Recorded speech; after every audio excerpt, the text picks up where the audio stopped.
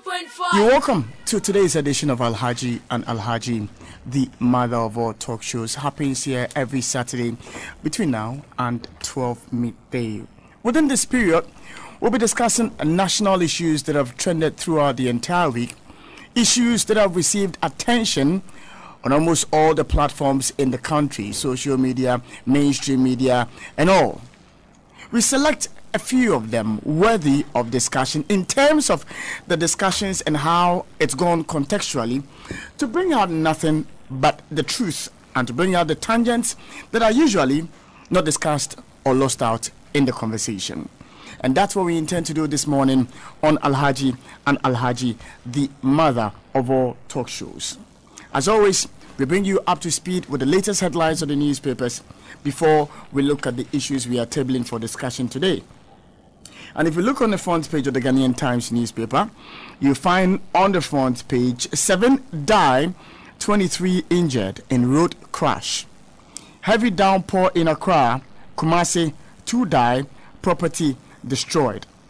Archbishop Pamabako takes over Archdiocese of Cape Coast. 37 vie for 9 NPP national executive positions. Gambia selling ex-leaders' cars, planes amid debt. That's on the front page of the Ghanaian Times newspaper. Daily Guide has a picture of Freddie Blake, Kate Jemfua, Samia Uku, John Boydu, Rita Asobaye, and it says NPP grabs 220,000 Ghana cedis from 42 aspirants. Ugandan arrested with cocaine. Gory crash kills 8 at Miam, and the victims being carried away. That's a picture on the front page of the paper. That's the Daily Guide newspaper. Daily Graphic has on its front page, woman 74, grandson killed by collapsing wall. Deceased Ganasco headmaster paid judgment debt. Samira Baumia launches a safe delivery project. Government raises $2 billion, the highest amount in bonds, lowest in interest rates. That's all on the front page of the Daily Graphic newspaper. Spectator has on its front page a picture of actress Nikki Samonas, gives her mother Felicia Jane a hug on Mother's Day, and that of actress Lydia Forson, celebrating her mother as well, Janet Forson, and it says happy Mother's Day messages. Mothers are great. Horse sues ex-owner. That's on the front page of the paper. And liposuction dangerous to health. That's according to a medical doctor. You want to know what liposuction is? Get a copy of the Spectator newspaper and get yourself involved. So this week has been a very, very interesting week. This week we have been discussing the issue of the assault of a lady journalist with the multimedia group, Adum FM for that matter, who had gone to the headquarters of the NPP to cover an event. We were later told, per the reports that are coming, that one of the members of the party who has sought to contest and therefore had gone there to pick up his forms was prevented from doing so by one woman called Hajia Fati. We were to get the shock of our lives as journalists when we got to hear our colleague who had gone there to cover the whole event, known as Sechibia, had been assaulted, punched in the face by the same Hajia Fati. We will try to analyze the attack and the assault on the journalist with multimedia group by Hajia Fati, the apology and the implications on press freedom and allied concerns. If listeners would just cast their minds back just a few weeks ago, where His Excellency the President, when we were celebrating the World Press Freedom Day, had encouraged journalists not to be repressed and to speak our minds, and the President has emphatically always said he would prefer a vibrant journalism than a dull one. So how does this situate in terms of the President's position on how we should conduct ourselves as journalists? The Ghana Health Service, just about a day or two ago, issued a statement alerting the general public on the outbreak of Ebola in DRC and how we must conduct ourselves and look out the signs, the symptoms we should be looking out for when we conduct our businesses? How many of us know about it, and how prepared are we as a nation if there should be an outbreak of Ebola in the country?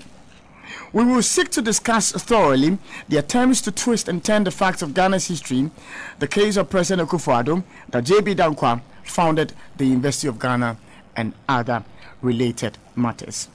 Those are the issues we are tabling for discussion today. And as always, I always have guests in the studio to help me interrogate these issues thoroughly. Mr. Kwesipa Jr., the managing editor of the Insight newspaper, is my guest.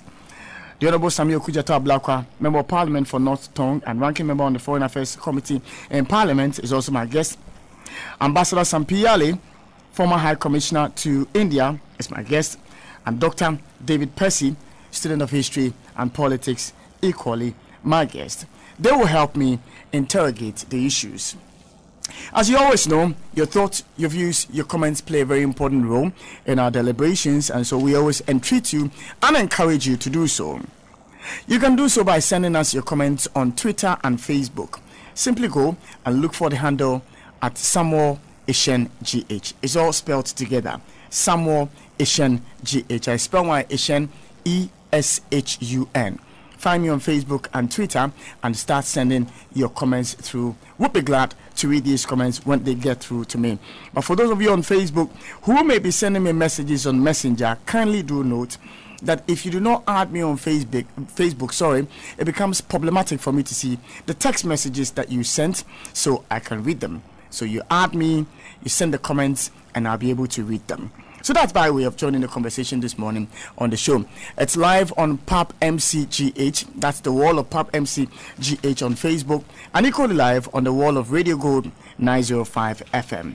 You're welcome once more to today's edition of the show, and we will set the ball rolling by discussing the matter of the assault on the journalist by Hajia Fati, the apology that has been rendered, the condemnation from the NPP party, the GJA, and many other civil society organizations that have condemned it, the implications on press freedom and concerns arising. I'll start off with Ambassador Sampiyale on this matter of the assault on our own colleague, Sechibia of Adom FM. Good morning. Good morning, Mr. Sen, and good morning to our faithful listeners. If we are on the television, our faithful viewers. Mr. Sen, as a journalist myself, I find the recent attack on that poor lady as a continuation of a chain of attacks on journalists, which, comparable to other states, other countries may not be as dreadful, but are themselves also very disturbing.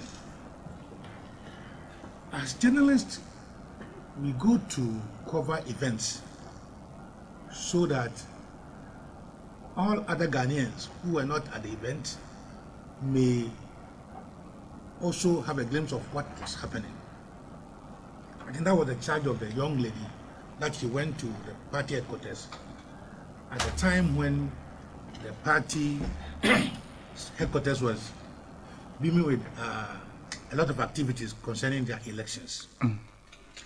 I have not so far heard that the lady said anything, insulted anybody, but used a tool of journalism, which is a camera, to capture the mood of things there. I do not also know what attracted my young lady Sechibia to take a shot of Hajia Al-Fati, I think she's... Yeah, Hajia Fati. And to Hajia Fati, that constituted the young lady's crime, that she took a photograph of her and without her consent. The question I ask is, where do we take this application to when we want to take pictures as journalists? To take pictures of the president or any political figure in this country? I've heard arguments saying that, oh, they should have asked the lady's consent before taking the photograph. A norm which is very alien in the practice of journalism, because for most journalists, when they go to the field, they want to capture the scene. And when they go and sit down by their table, they can then use the pictures to write the story in details. I think in my practice, I use that.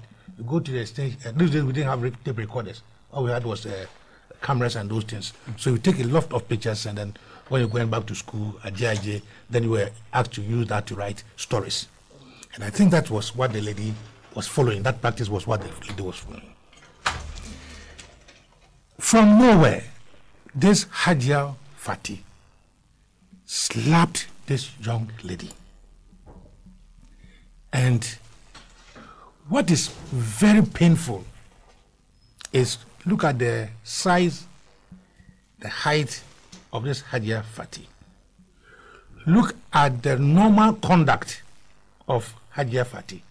Because this is the same Hajia Fati who has been seen on television on several videos, scratching cutlasses and chasing people with cutlasses at the MPP headquarters. And if you look at this poor Sechibia, the size and everything, and you know, it was like a giant attacking, a lion attacking a lamb. Without remorse, when she was asked, he said, oh, he took photographs of me. All I saw was a first flash, a second flash, and the third one, I slapped her with glee and impunity. The story is known by everybody, but I want to express my own concerns against the Ghana Journalists Association. This is an association which in the last few years would do everything. You know, when a journalist was touched in the least manner, the Ghana Journalists Association will write, they will petition, they will do everything. What has happened to this? Even when journalists were just expressing their fears and anxiety, they were taken to the Supreme Court. You know, the same expression of people's speeches that took Sir John, and the other one, what's the name? Sir John, the one, the Bushi trial. Yes. The same scenario of attacking a Supreme Court judge, Judge Altuguba, threatening his family that if they don't, you know, advise Judge Altuguba, they would deal with him. The same threat and more that I don't want to repeat. What happened? They went to the Supreme Court and they were just questioned on the display of advocacy by their lawyer that it was some ghost or some bushy. They were left scot-free. In the reverse, when the same scenario played out with the Muntie tray, saw what went on. And even as I speak to you now, the case with plaintiffs, Ashanti Bediu, the president's secretary, is one of the plaintiffs. The matter is still pending in court. The Ghana Journalists Association, if it's your duty to protect the journalists, protect all journalists. If you don't want to protect journalists, leave it as that. In situations where you go and even threaten going to court, and other situations where you say that, just some lame press release will do, it's not acceptable. My friend, Sir Alfred Money, we believe that you can do better than what you are doing. And what is this issue we are dealing with? Is it a political, you know, fight between two politicians vying for the same position, and therefore we fight? This is an assault case against a journalist, a Ghanaian. Assault is a crime.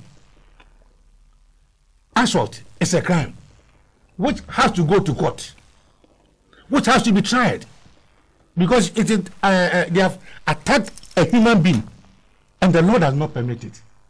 And the answer or remedy to this is not an apology. Maybe in defamation you can render apology, and if it's accepted, fine. But in assault, it becomes a criminal case.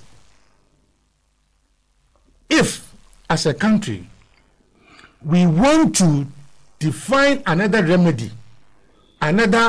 remedy for assault, we should say so. But I have not seen any country where an ordinary apology, a woman being brought on the TV screen and being directed, cry. That cry alone is the answer to assault. Is never done anywhere. I am very, very, very worried that in this era, everything is touch and go. Everything is touch and go. If we now say that political crimes can be assuaged, can be settled by mere crying, show of crying, God be with us.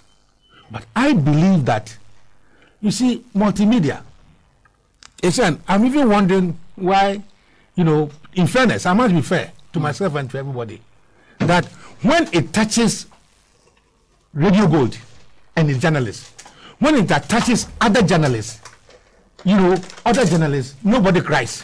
But when it touches them, they want everybody to cry with them. They want everybody to cry with them. That's my problem. You understand? Because situations where Radio Gold, people have threatened them. I was seen here in this studio one day, remember? I know that you were not here. When people massed up around this Radio Gold to come and attack us, nobody said anything in this country. The civil society was quiet, the clergy was quiet, everybody was quiet, multimedia was quiet. But today we are discussing the attack of the lady on Radio Gold. What kind of fairness is this? Are the staff and members of the Radio Gold and its panelists different from those that go to multimedia? Are they different? Are they also different from those who go to other stations? I think it's the duty of the Ghana Journalists Association to do something. To do something. And what they should do is to take the profession of journalism from party politics. You understand? The situation in America and elsewhere, we have radio stations and television stations being aligned to some political parties. But the way we are doing ours is dangerous. The way we are doing ours is dangerous. Where when one person is attacked, nobody talks. When another person talks, is attacked, the whole country is on its feet. I don't think it's acceptable. I have not heard the president yet on this matter. I have not heard the Attorney General on this matter. But of course, the Attorney General will be waiting for the police. But I was expecting that by now, the president, who is acclaimed to be a human rights activist, would have issued a statement condemning this attack on the journalists. Just recently, there was this international press freedom held in nowhere else than in Ghana. A week after this happens. Why is it that there are some people in this country who have made it their duty always to bring this country into disrepute? Why? Mr. Shen, having won this prestige of being a peaceful pro-journalist, now look at what is happening. But I am told it's not the first time that has happened in that MPP headquarters. The last time I counted, they have attacked 7 journalists on 7 different occasions. And I was watching a television program yesterday, and they said, but NDC took, there was somebody who did it, and they confiscated a journalist camera, and so what? If NDC, somebody did it, and so you were voted into office, your right is to continue. You have the right to continue. I believe that we should, as a country, encourage the police to also be non-political. This is a clear case of assault, which is in the criminal code, which has its own procedures. That excludes crying as a remedy. That excludes apology as a remedy. And therefore, I expect the police to take this matter up as complaint has been made, and as soon as possible, put that Hajia Fati into trial. I think that's the best thing we can do. Otherwise, the criminal processes in this country itself is going to be sacrificed. Look at somebody who has just stolen a goat around Sinhiani area. He's been jailed 12 years. Look at some two boys who I was in court in Cape Coast over last Thursday. They fought over food. They've been jailed 4 years each. Two young men fought. They've been jailed 4 years each. This is an old lady who has arrogated to herself the right to decide who should be MPP executive, who has decided to herself the right to slap anybody, and then she's going to go scot-free. What will be the security of the good when the bad from the skies can attack them? I rest my case. Thank you very much, Ambassador Sampiale, for your comment on the attack by Hajia Fati on a journalist just last week. Still staying on this matter, if you just join us, you are welcome. I'd like to read a few comments of yours. If you send them through on Facebook and Twitter, look for the handle at Samuel Ishen GH. At Samuel Ishen GH. That's how you find me on Facebook and Twitter, and you send your comments through. I will read them. I'll come straight to Mr. Pratt on this matter of the assault by Hajia Fati. But quickly before I do that, let me say that we are proudly sponsored by TT Brothers. They are the importers of Uncle T Premium Malt. You can get it to buy. It's got extra energy and vitality. So go get yourself Uncle T Premium Malt, extra energy and vitality for your home, for your kids, especially when they are going to school, instead of going to buy those chemicals that you call drinks and all of that. Make sure you buy premium Uncle T malt for your kids. They take to school, they get extra energy, their brains work sharper, and you, the parents, in the long run, their reports come, you'll be happy you did. Mr. Pratt. Well, I think it's important, first and foremost, to note that this incident involving Hajia Fati and a young journalist from the multimedia group occurred only a few days after Ghana had been celebrated for its adherence to the tenets, the values of free press. Indeed, Ghana had been declared as the 23rd country in the world which respects press freedom, and the first in Africa. And this had been celebrated by all manner of groups. Indeed, in the rather euphoric celebration, not much mention was made of attacks on journalists in this country. And I thought that that was because nobody wanted to spoil the celebration.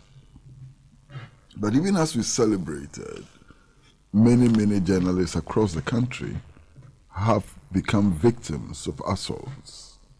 Indeed, in Kumasi, there have been reports of the mysterious death of at least 2 journalists. There was only recently a report about a month ago of a journalist of TV3 who was brutally assaulted at the police headquarters. And as we speak, nothing has been done to find the perpetrators and to punish them.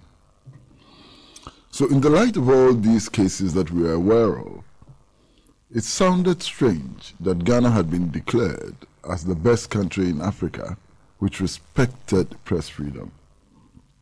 I told myself that if that were the case, then the situation of press freedom in Africa must be very terrible. Indeed, if you look at the world generally, then the media is under very severe attack if Ghana could become the 23rd country in the whole of the world.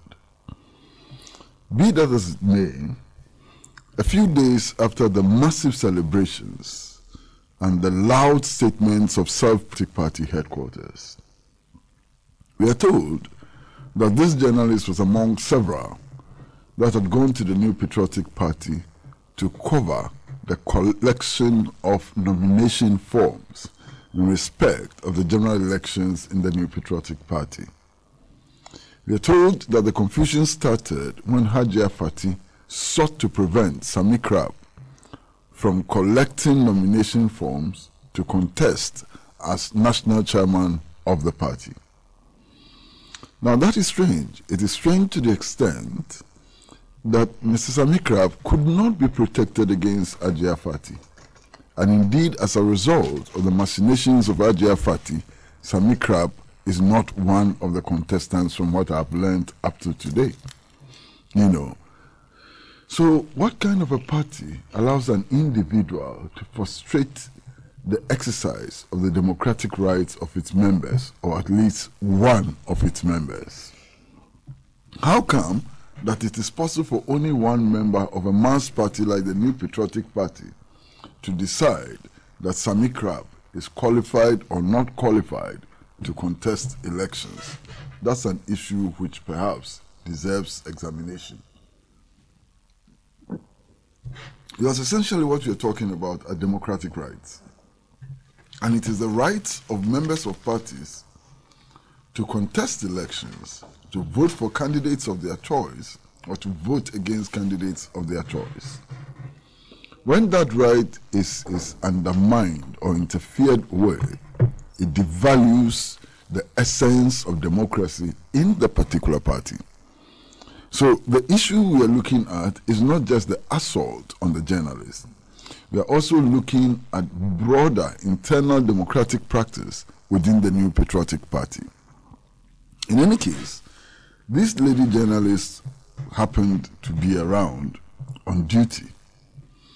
And according to her, I listened to her on radio, it was when Ajia Fati started, raining insults and saying things that she considered were unprintable and so on, that she took out her phone and wanted to capture that scene. Any journalist anywhere in the world covering such an assignment would want to capture that scene. It's a major part of the story. That is what illustrates the happenings at the headquarters at the time. And she did no wrong in trying to capture a scene at a public event. I think it's important for us to bear in mind that political parties are not private institutions. Political parties are public institutions. And what happens within them and without them is of public interest. And journalists have a right and duty to find out what happens within political parties and without political parties, because ultimately it affects the destiny of the country. Indeed, if the New Patriotic Party wins elections again, we would have entrusted the destiny of this country into the hands of its executives and those it appoints into the executive arm of government for 8 years. And because of those, every Ghanaian and any Ghanaian has an interest in what happens in the New Patriotic Party, especially when it comes to the election of its national executives who can take decisions which can change the destiny of this country. So the journalists did no wrong in trying to capture a scene which illustrated a major development in the New Patriotic Party. I've read and heard several arguments about the fact that assault is assault, and that it does not matter whether the target of the assault or the victim of the assault is a journalist. To some extent, that argument is true and valid.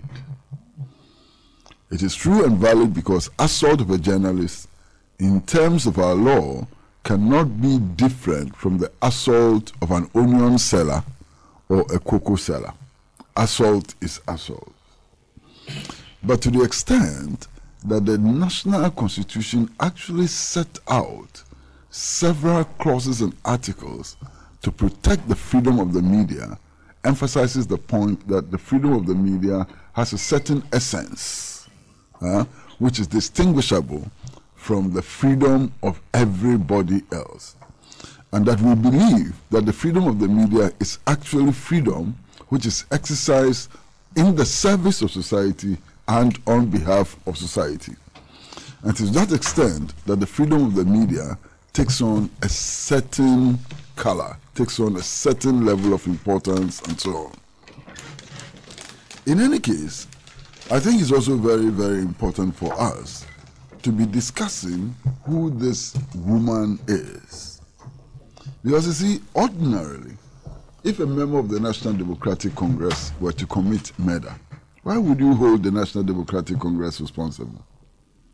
If a member of the Convention People's Party were to commit assault, why would you hold the CPP responsible for that action?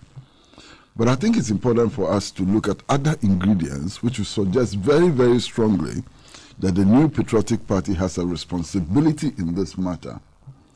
One of the first ingredients is simply the fact that the action occurred at the headquarters of the party.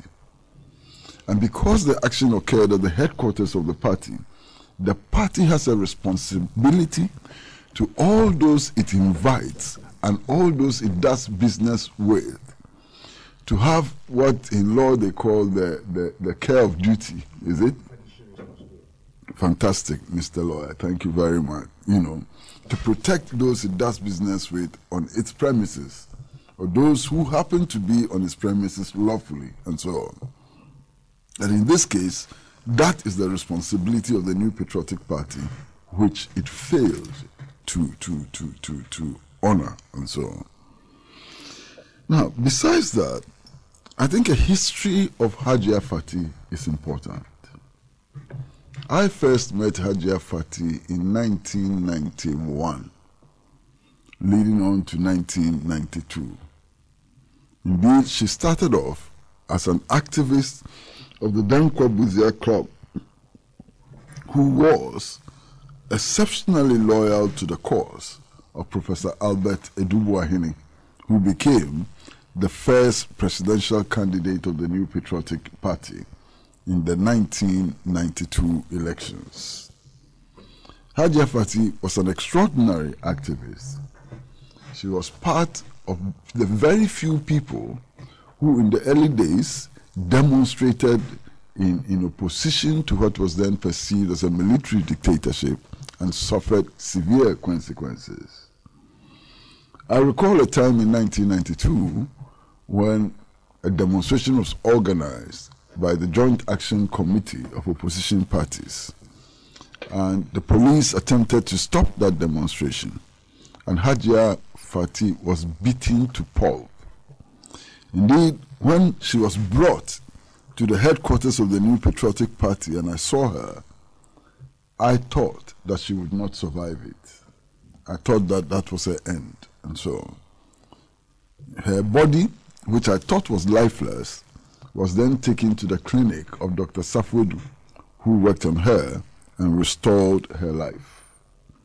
So Hajia Fati has been a very serious activist of the New Patriotic Party over a number of years, beyond 25 years, and so on. And she's very, very well known in that party. Indeed, Hajia Fati was also one of the key sympathizers, followers, or organizers of the Alliance for Change, which was led by Nana Addo Dankwa Akufo-Addo. Indeed, the home of Dr. Charles Rekubrobe at North Ridge was a place that she visited on a daily basis and offered all manner of assistance in the organization of the Alliance for Change. In recent times, Hajia Fati has been a vocal and militant supporter of Nana Addo Dankwa Akufo-Addo. And she has done everything and anything in her power, and sometimes beyond her power, to ensure that Nana Addo Dankwa Akufo-Addo was elected as the flag bearer of the New Patriotic Party.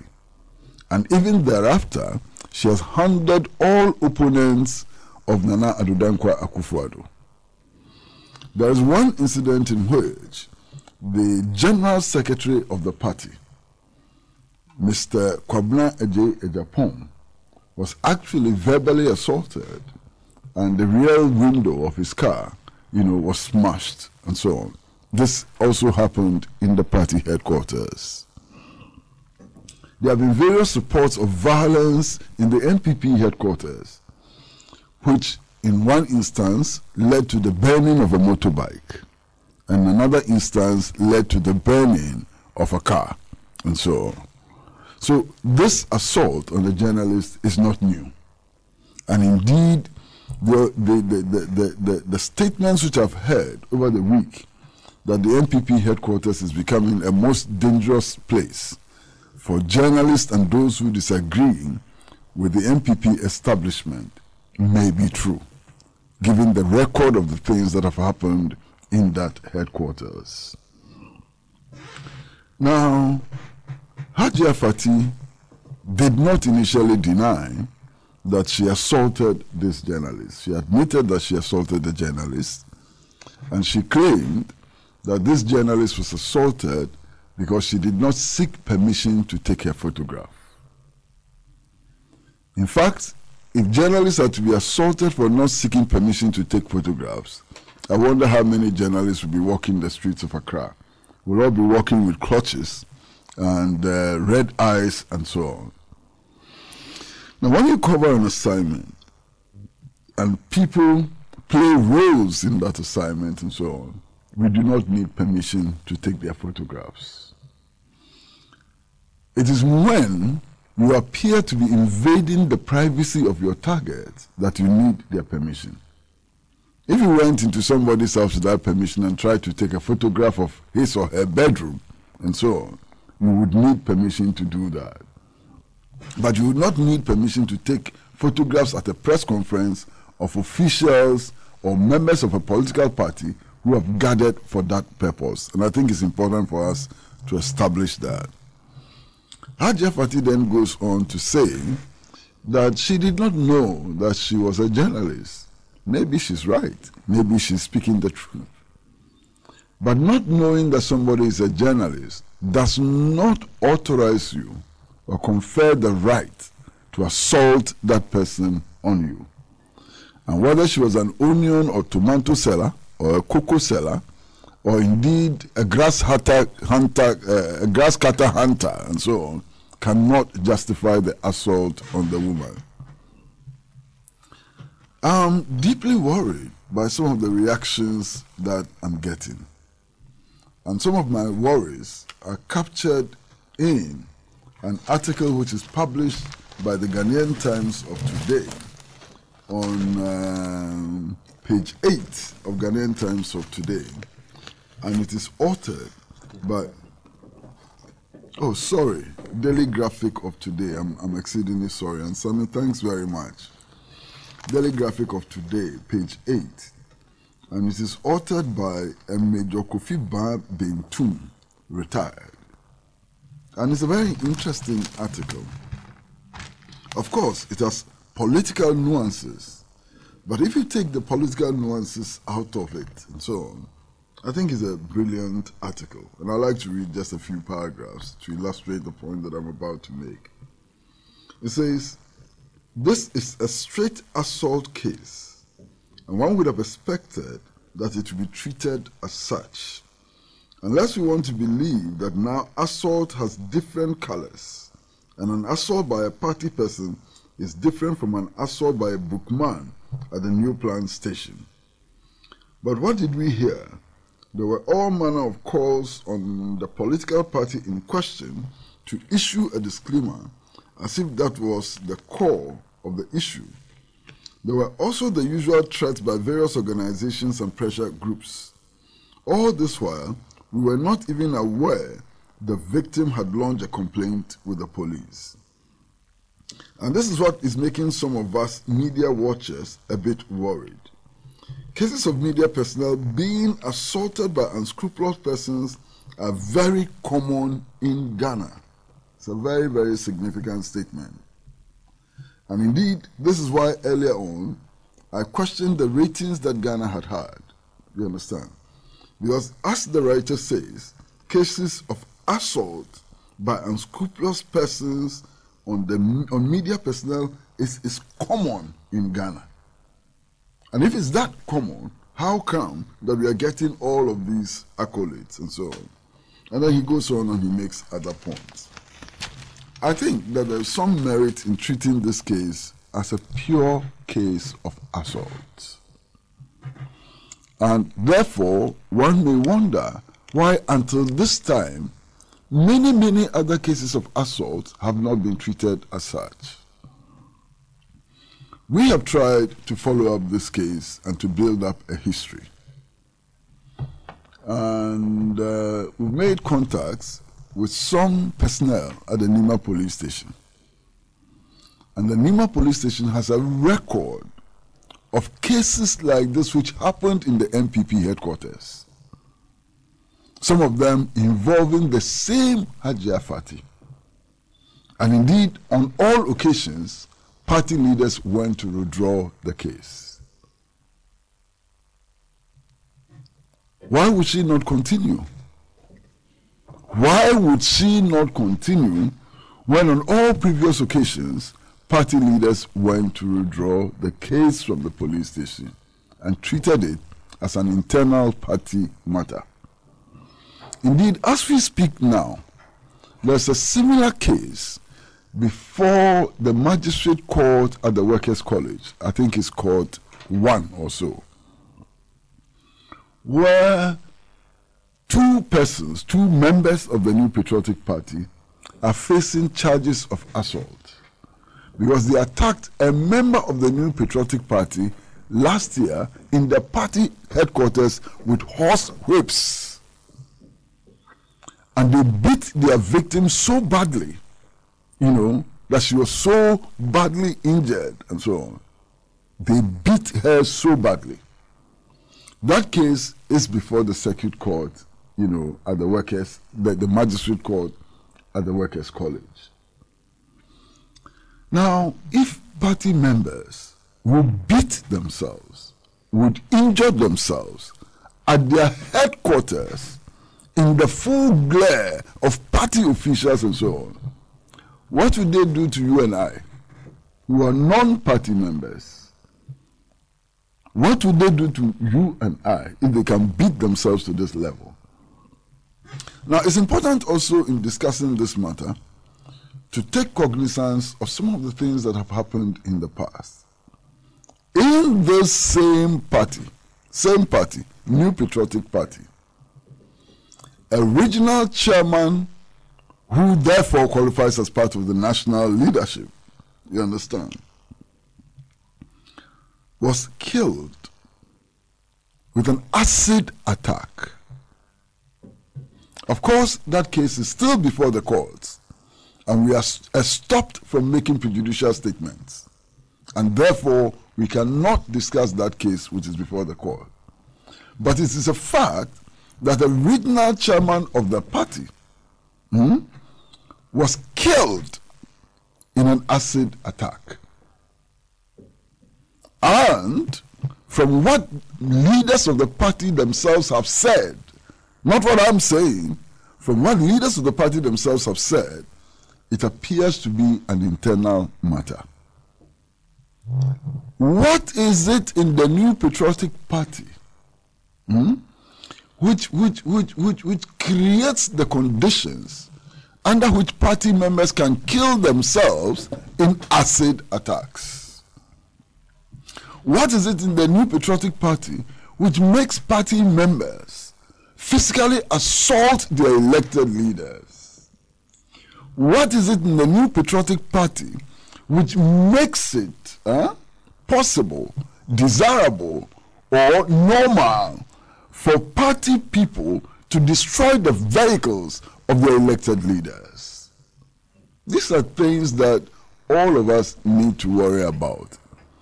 And we need to worry about these things not because we seek to gain advantage over them, political advantage over them.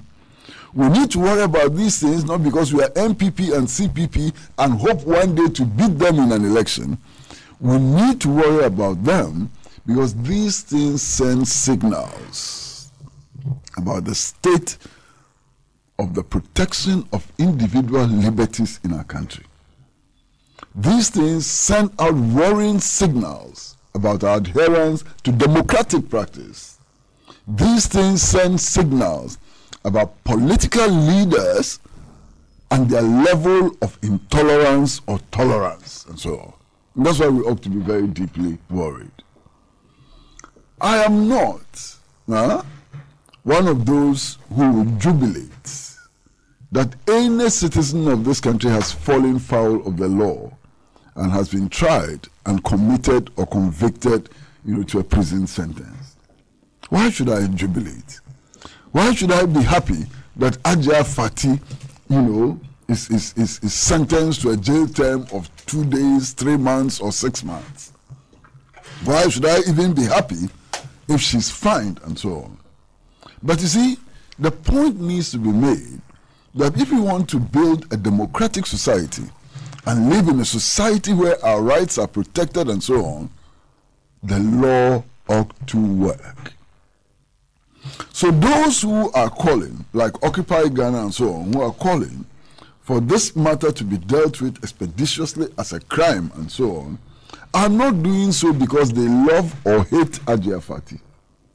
They are doing so because we have signed on to a constitution which guarantees individual liberties and so on. Because we want to build a society in which people can speak their mind within the ambit of the law and walk free. Because we want to build a society in which competition amongst those who want to lead our political parties is fair and is devoid of all manner of assaults, including verbal assaults. We complain about this situation, we discuss this situation because we want to build a society in which institutions work.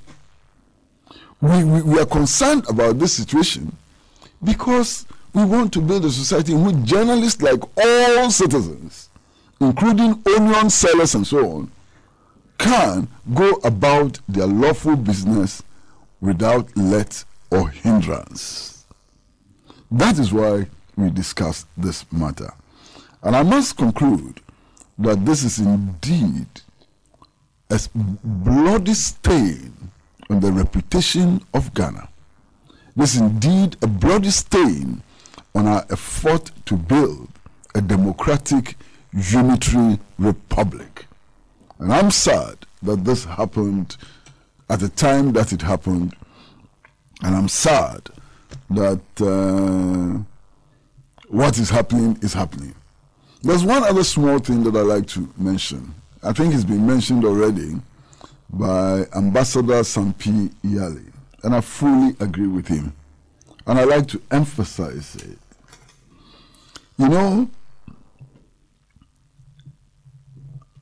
The polarization of the Ghanaian media is not helping those who are committed to ensuring media freedom.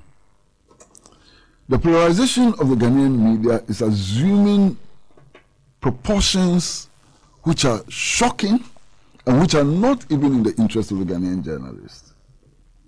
And I recall one case. There's a gentleman who used to work with the Insights, as an associate editor. And his name is Apisao Peter Kojo. I think I got his name right. Now, Apisao, more than 10 years ago, was actually assaulted at the NPP headquarters. He was beaten to pulp at the NPP headquarters. Fortunately for everybody, Apisao recorded everything that happened, including the party official who gave the order for him to be beaten. When the tapes were made public and we complained, nobody came to the defense of Apisao. Not even the Ghana Journalists Association coughed and so on. Why was that so? Indeed, if 10 years ago, when it happened to Apisao, we had all risen with one voice and taking resolute action, it may not have happened to this young girl last week. But you see, we are living in a country where if it happens to Samuel Eshon, because he works with Radio Gold, and because of the unhealthy perception that Radio Gold is for NDC and so on, all those who think that they are for NPP will keep quiet In fact, will try to kill the story, and so on. The level of media polarization is not in the interest of media practice, is not in the interest of the effort to preserve the democratic order, and so on. And I think it's important for journalists to exercise solidarity, to show solidarity at the professional level whilst they are different. I mean, if you go to the United Kingdom today, there are newspapers which are openly identified with the Conservative Party, and it's not a problem. There are newspapers which are openly identified with the Labour Party. It's not a problem. It is so in the United States of America. It is so everywhere in the world. It is not wrong for journalists to take a stand when national issues are being discussed. It is not wrong for journalists as citizens to support political parties. But there's a problem when that division is used to undermine democracy and to undermine the rights of journalists. I mean, look, if you touch a journalist working on The Guardian in the UK, you can expect all the media houses, whether they support the Conservative Party or they support the Labour Party, to rally together behind the journalists and to fight for principle. We must get to that stage. Otherwise, we can say goodbye to press freedom in Ghana. Thank you, my brother. Thank you very much, Mr. Pratt, for your submission. That brings us to 5 more minutes to the top of the hour, 10 here on your power station, Radio Gold 90.5. If you just join us, you missed just about 55 minutes of your favorite political talk show, Alhaji and Alhaji, the mother of all talk shows. Happens every Saturday between 9 and 12 midday, when the program comes to an end. And so far, you've heard Ambassador Sampiale share his thoughts and that of Mr. Kwesi Pratt on the issue of the attack by Hajia Fati on a journalist at the party headquarters of the NPP and matters arising. The Honorable Sami Okujeto Blakwa, good morning, sir. Hi, good morning, Sam. All right. So, thank you very much, Sam, for the invitation, and let me extend very warm regards to the panel and to our distinguished listeners across the globe. And I believe it will not be out of place to wish all mothers a happy Mother's Day, which is tomorrow. We will all not be here without our mothers. So we salute all women who make it possible for us to stand on our feet. Sam, we are discussing the attack and assault on a journalist of multimedia by Hajia Fati, and the apology and the implications on press freedom and allied concerns. I would like to proceed by situating my initial analysis on the Constitution of Ghana. Sam. Article 55 of the Constitution of Ghana is the article that relates to political parties. Article 55(1) says that the right to form political parties is hereby guaranteed. But my emphasis will be on Article 55(5). I believe that that is where the relevance is to the matter in issue. Article 55(5) stipulates the internal organization of a political party shall conform to democratic principles, and its actions and purposes shall not contravene or be inconsistent with this Constitution or any other law. Unquote. So the internal organization of a political party shall conform to democratic principles. Some, We need to be very, very honest in this discussion. Honest to the facts, honest to our conscience, and honest to the reality. And that honest reality is that since the emergence of candidate Nana Addo Dankwa Akufo-Addo as flag bearer of the New Patriotic Party, internal organization of that party has fallen short of the democratic principles that Article 55(5) of our Constitution expects of all political parties in our country. We have seen for the first time in that political party militant groups, some have referred to them as terrorist organizations within that political party.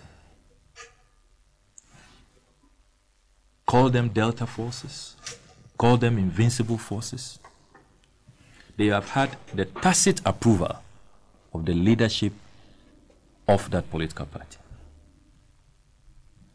And to be sincere to the facts, to our conscience, and to the reality, we did not see this at the time that His Excellency John Ajeko Nkufuor led the New Patriotic Party. We didn't see this at the time that Professor Edu Boahen led the New Patriotic Party. The emergence of these militant groups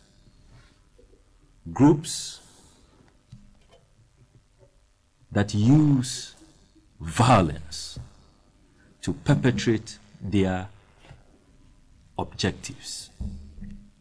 We have not seen that before in the history of this Fourth Republic. That is a fact.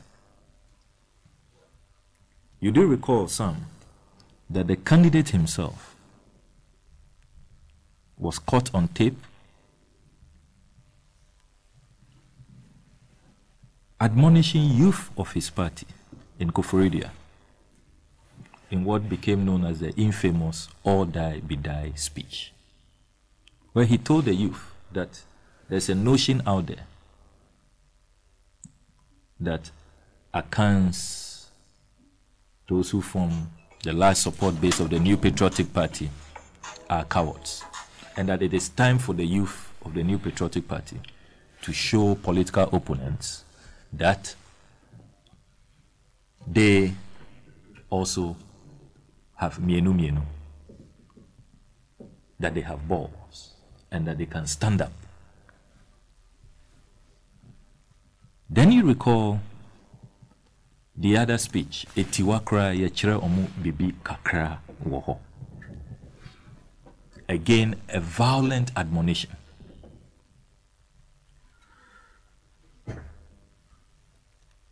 Fast forward, you have seen how the NPP headquarters, under the reign of flag bearer Nana Addo Dankwa Akufo-Addo,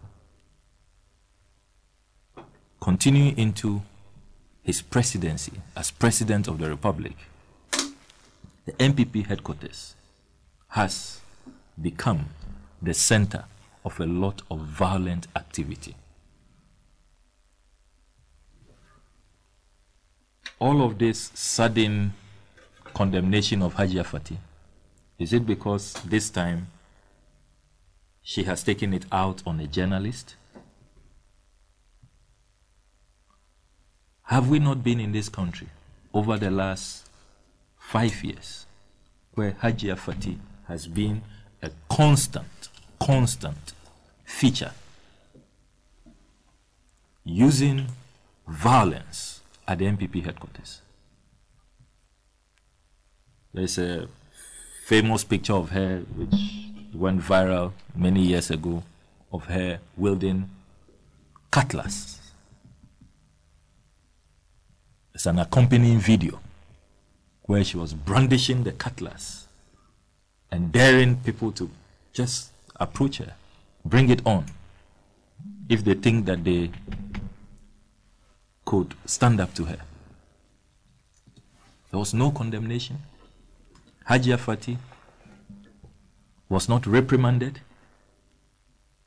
The leader of the party, His Excellency Nana Addo Dankwa Akufo-Addo, has not once condemned all the violence that Hajia Fati has unleashed on her victims all these years. Not once. And you ask yourself a very fundamental question, Sam, that what is the role of Hajia Fati at the NPP headquarters? Why does she have an office at the NPP headquarters? We are in a democratic dispensation. Ghana is not at war.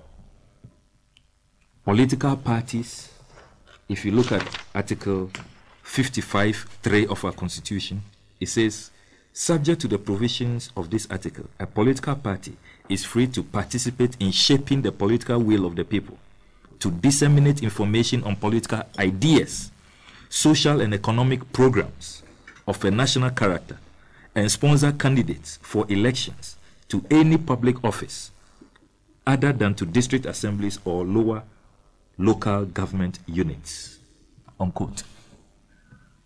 These functions provided for by our constitution for political parties to engage in, that defines the role of political parties in national affairs. Where is the role of machete? Where is the role of cutlasses? Where is the role of cudgels? Stones, breaking of windscreens, breaking bones, slapping people. I mean, fist cuffs. How does that come in shaping the political will of the people, in disseminating information and on political ideas, social and economic programs of a national character, and sponsoring candidates? The functions of political parties. How can there be room for the violence that Hajia Fati has unleashed on her numerous victims, from Paul Afoko to Kabna Ejipon? Many have been whisked out of her presence, and it will appear that she owns the NPP headquarters. We also do know, Sam, that the latest victim is not her only victim. There is the case of Marie-France Forger of CTFM. There is the case of two others, that the Ghana Journalists Association and the Media Foundation for West Africa. 4 journalists in recent times. They have pursued this case. They have sought to get an apology from the NPP leadership. That apology did not come. And my worry is that, Sam, you talk to NPP insiders, and they tell you that Hajia Fati is very, very powerful. She's very close to the president, so she's untouchable. There was a special Joy FM report 72 hours after the assault on the journalist, when the New Patriotic Party will not issue a statement, will not condemn her, will not distance the party. The Joy FM reporter, as I was listening, said that he had been at the NPP headquarters for more than 3 hours, and no official will speak. They were all afraid to condemn Hajia Fati, the all-powerful Hajia Fati. Why is Hajia Fati so powerful? And why is it that it is difficult for the leadership of the New Patriotic Party to condemn Hajia Fati? What we now know, Sam, is that if the Ghana Journalists Association had not held that press conference threatening to take action against the New Patriotic Party, if other media organizations did not stand up in solidarity, and I heard Bernard Avle of CTFM say that CTFM will not cover any program of the New Patriotic Party until an apology is rendered. And there was some groundswell building up amongst the journalistic fraternity. If that had not occurred, we would not have seen the apology or the statement which came from the New Patriotic Party, signed by John Boadu. And I think that that statement was in very bad taste. When we have all seen the videos, we have all, it is not in doubt that the lady has been assaulted. Indeed, the culprit herself, Hajia Fati, told the media that she thought that the young lady was an onion seller. She didn't look like a journalist. So that she slapped her, she assaulted her, has not been in doubt. And yet in the MPP statement, Mr. John Boadu begins the statement by saying an alleged assault. That was most offensive, most insensitive. Alleged assault? When both victim and culprit are on the same page, assault is not in doubt that indeed it has occurred. Then you have this very half-hearted, very weak, and most insensitive statement claiming that they were going to launch investigations into the matter. This is a pure criminal case. Hajia Fati should just have been handed over to the police. But you see, talking about the police, Sam, there is a dimension in this whole discussion which we have not explored. And that dimension is, what is the moral authority of the Ghana Police Service to deal with this matter as a pure criminal case? When, as we speak, the case of the journalist Lateef Idris, who was brutally assaulted by the Ghana Police Service during the arrest of Kokou Anyidoho, Deputy General Secretary of the NDC. We are still waiting for the police report. Something that happened at the police headquarters, on their premises. How many months now? The Ghana Police Service says that they don't know yet which of their men were responsible. And we do know that the condition of Lateef Idris is deteriorating. He has a broken skull as we speak. For weeks, he has not been able to return to work. He was hospitalized. He continues to go to hospital every week. His condition is deteriorating. So what is the moral authority of the Ghana Police Service to deal with this matter? And that's where I fear for journalists in this country. I really, really am scared for journalists, because there is just no protection.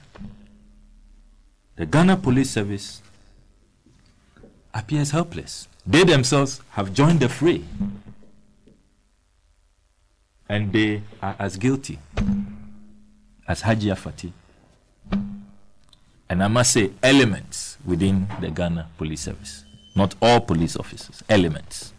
Because I recall during the debate in Parliament on the Ghana-US Defense Cooperation Agreement, how some police officers manhandled some of the political functionaries who came there. Solomon Inkansa was beaten to pulp. But it was another side of the Ghana Police Service, another section, other police officers who had to rein in. And it is becoming clear that the Ghana Police Service has been infiltrated. It's becoming very, very clear. Because as we speak, Sameshen, Kwabena Ejepon's public pronouncement, the Honorable Kennedy Ejepon's public pronouncement that he managed to get his boys into the Ghana Police Service during the last recruitment has not been contested by the Ghana Police Service. It has not been denied. And here let me salute the military, the Ghana Armed Forces. When Kennedy Ejepon threatened and said that he expects that same will be done when it comes to the military recruitment. They swiftly, Colonel Agre and his team, swiftly issued a statement saying that that will not happen. It's an institution of integrity, of professionalism. You are not going to have your way. Kennedy Japan sought to use all kinds of language on them. And I'm surprised that up to now, the commander-in-chief has not reprimanded Kennedy Japan publicly. That how do soldiers end? Don't they end as watchmen and all of that? Who are soldiers? A member of parliament. And that is how he described our distinguished Ghana Armed Forces, renowned in the United Nations, the world all over. And the commander-in-chief has not found it fit to condemn the reckless and misguided statements of the Honorable Kennedy Japan. So as we speak, the Ghana Police Service has not denied that an infiltration has occurred. During that demonstration at the police headquarters, people say, NDC activists say that they saw people who they know as Delta Force, Invisible Force elements who are now in uniform. I remember during the demonstration, the first demonstration in Accra against the Ghana-US Defense Cooperation Agreement, I recall demonstrators identifying an Invisible Force member who was in police uniform, and so he had to be whisked away. We, the leadership, had to, because it would have turned into a nasty incident.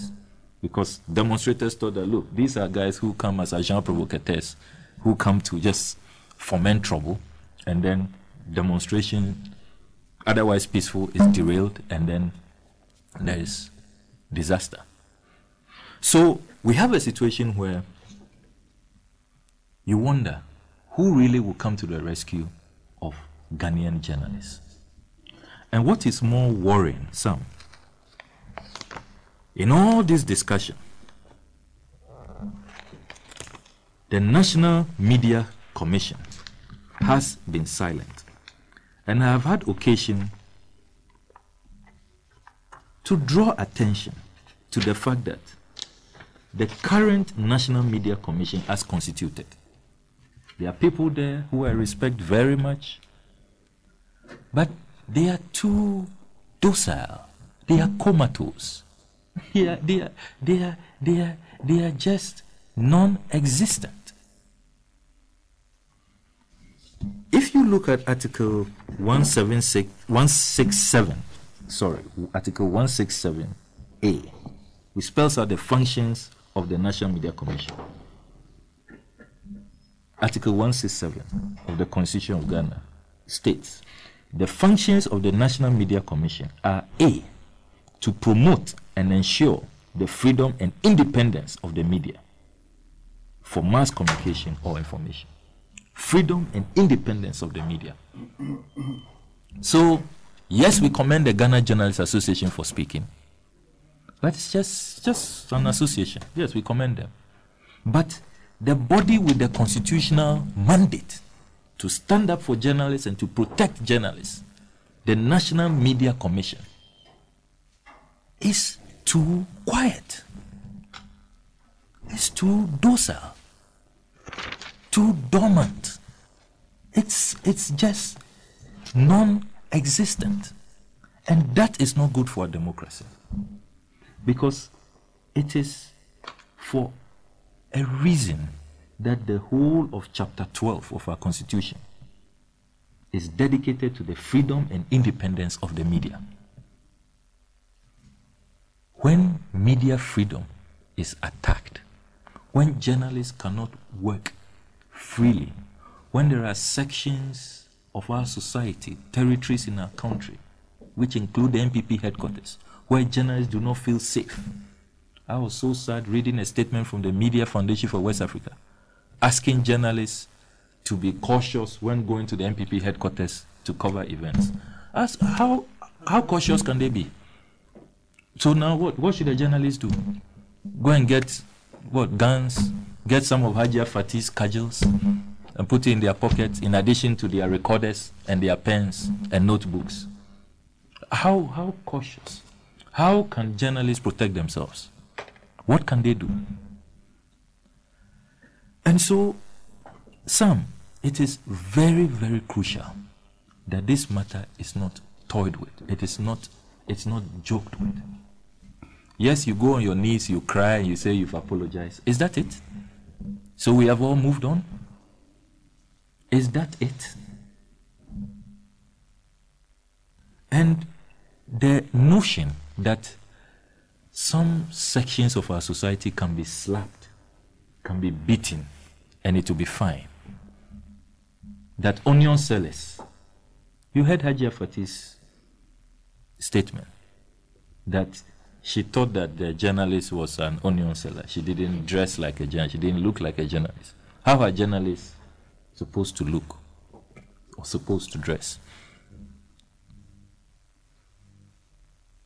And I'm surprised that she has not been made to retract that statement. No citizen of our country deserves to be assaulted. And this whole mindset, and it gives you a certain insight into the mindset of some of the leaders in that political party. How they see a hard-working market woman. So, as we condemn what has happened, we must make a very strong demand that this matter is a simple criminal matter which has to be taken up. A complaint has been lodged by the journalist. We expect the Ghana Police Service to carry out its work, prepare a docket, because you see, not until the law is allowed to work, you have a situation where, slow but sure, we are descending into the realms of lawlessness, of anarchy, where when you are at your party headquarters, you have insurance to do whatever, even commit murder, and you get away. If you have a party card in this country, you are untouchable. In that situation, we are all not safe. We cannot be safe. And what is going to happen is that in the name of politics, in the name of political organization, we are going to have a situation where you and I will have our rights violated. Personal liberties will no longer matter. They will count for nothing. And this country will become something else. So I put this whole situation at the doorstep of President Akufo-Addo. His emergence, his whole political party organization approach, his whole philosophy, his mindset, his kind of leadership has just perpetrated violence. He has clearly believed in violence, and he has used violence against his political opponents. It has led to people dying in his political party. People have been maimed in his political party. And it's the reason why even in governance now, you notice that he has reaped the whirlwind because of the approach he used. So you have a situation where invisible forces, Delta forces, cannot be dealt with. That group cannot be disbanded. And you know what is now happening? The talk within the other political parties, they are saying, okay, we no go sit down make the cheaters every day. So if their groups will not be disbanded, we are also going to form our groups. Can you imagine what this country will degenerate to? So we are going for an election, and then all the political parties, these are the groups that will be their polling agents. I'm hearing of the Hawks. I'm hearing of all kinds of groups emerging. All the political parties are saying we are taking inspiration from invisible forces, Delta forces. I mean, elections that degenerate into war zones, into full blown out conflict. This is how it starts. This is how it starts. Sam, we are playing with fire. We are playing with fire. So, the president, commander-in-chief, he has sat aloof, and all these his creations, these groups that he created to advance his political cause, they have now developed wings. They can dare the IGP. I had the Delta Forces leader dare the IGP, come and arrest me if you think you're a man. And he couldn't. The IGP couldn't arrest him. Nobody could touch him. So the other political parties are also saying, okay, we are not going to sit down for them to cheat us. Is that what we want? Okay. Is that the way to go for a country which is being celebrated 25 years of beautiful democratic transitions? We are advancing in our democratic experiment. We are doing so well. We have been ranked #1 on the freedom of the press index in Africa, 23rd in the world. Do we need this? Is this what should be happening at this point? So I do hope that we will chart a new path. Right. And we will see political leadership brought to bear. President Akufo-Addo should stop playing the ostrich. He should disband these groups, and he should depart from this violent path which he has been on since he decided to become flag bearer of the New Patriotic Party. Thank you very much, Honorable Samuel Kujata Blakwa, for your submissions this morning. Still welcoming your comments, your thoughts, your views on the issues we are discussing this morning. First issue we are discussing this morning is the assault on the journalist with multimedia group by Haji Fati at the NPP headquarters. The apology, the condemnations that have come, and matters arising. I'll come straight to you, Dr. David Percy, on this matter. Good morning, Doc. Good morning, Sammy, and thank you. Ordinarily, one could say that matter of can one refer to assault as routine? Look, the microphone. I'm not sure whether one can refer to assault as routine, but ordinarily one would say that a matter of assault should not rise to a level of the conversation we are having, but for the context. Now, as I understand it, this is within the context of the leadership race in the NPP. The alleged assault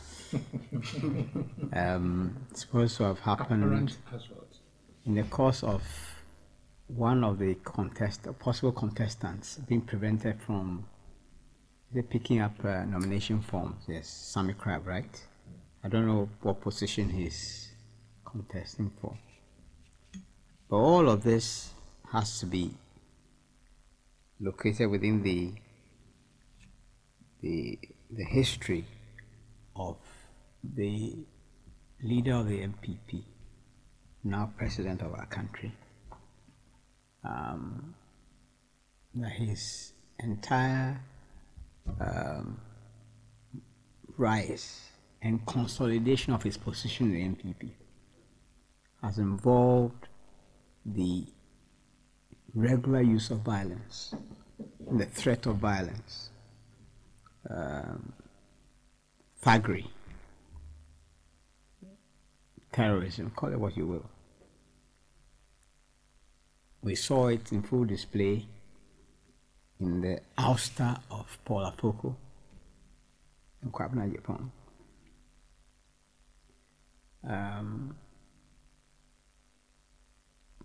My colleague, Mr. Kwesi Pratt, has spoken to the long history of the lady in question. As an activist close to our president, going way back. And she has demonstrated that she used to be, if you will, one of the foremost attack dogs in his corner. And that if you cross him, she and others will do whatever is necessary to bring you into line. Now, on another level, you could even say that, well, this happened to a journalist of the multimedia group Okay. And then maybe they fully deserve it. Why do I say that? The multimedia group, at least, right up to this point, has served as a reliable, dependable propaganda platform of the MPP, or at least a faction of the MPP controlled by the president.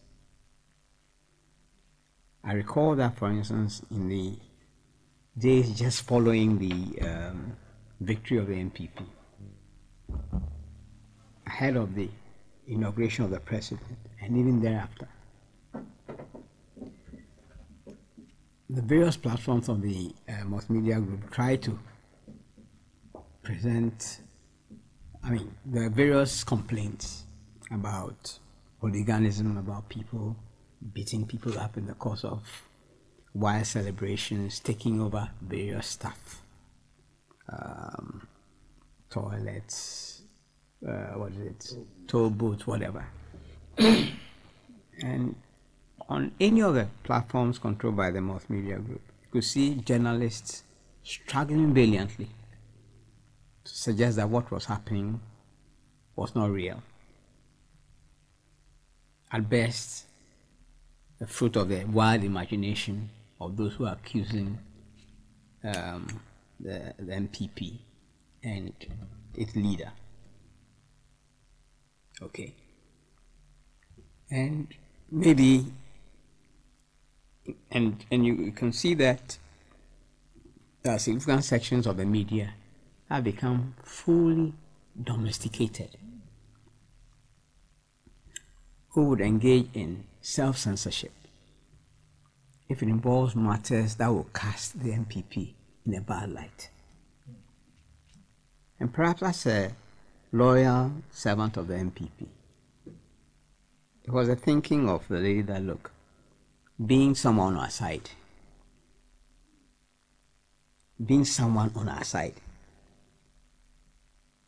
you know better than to cast us in a bad light. Because the photograph that was,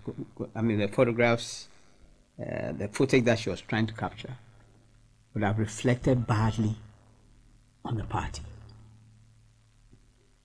And as someone on our side, you know better than to cast us in a bad light. In fact, you are committing treason, actually. Or you're acting as a traitor if you're on our side. You're putting out stuff that can be used to attack us. You ought to know better. And in that sense, you could say, well, if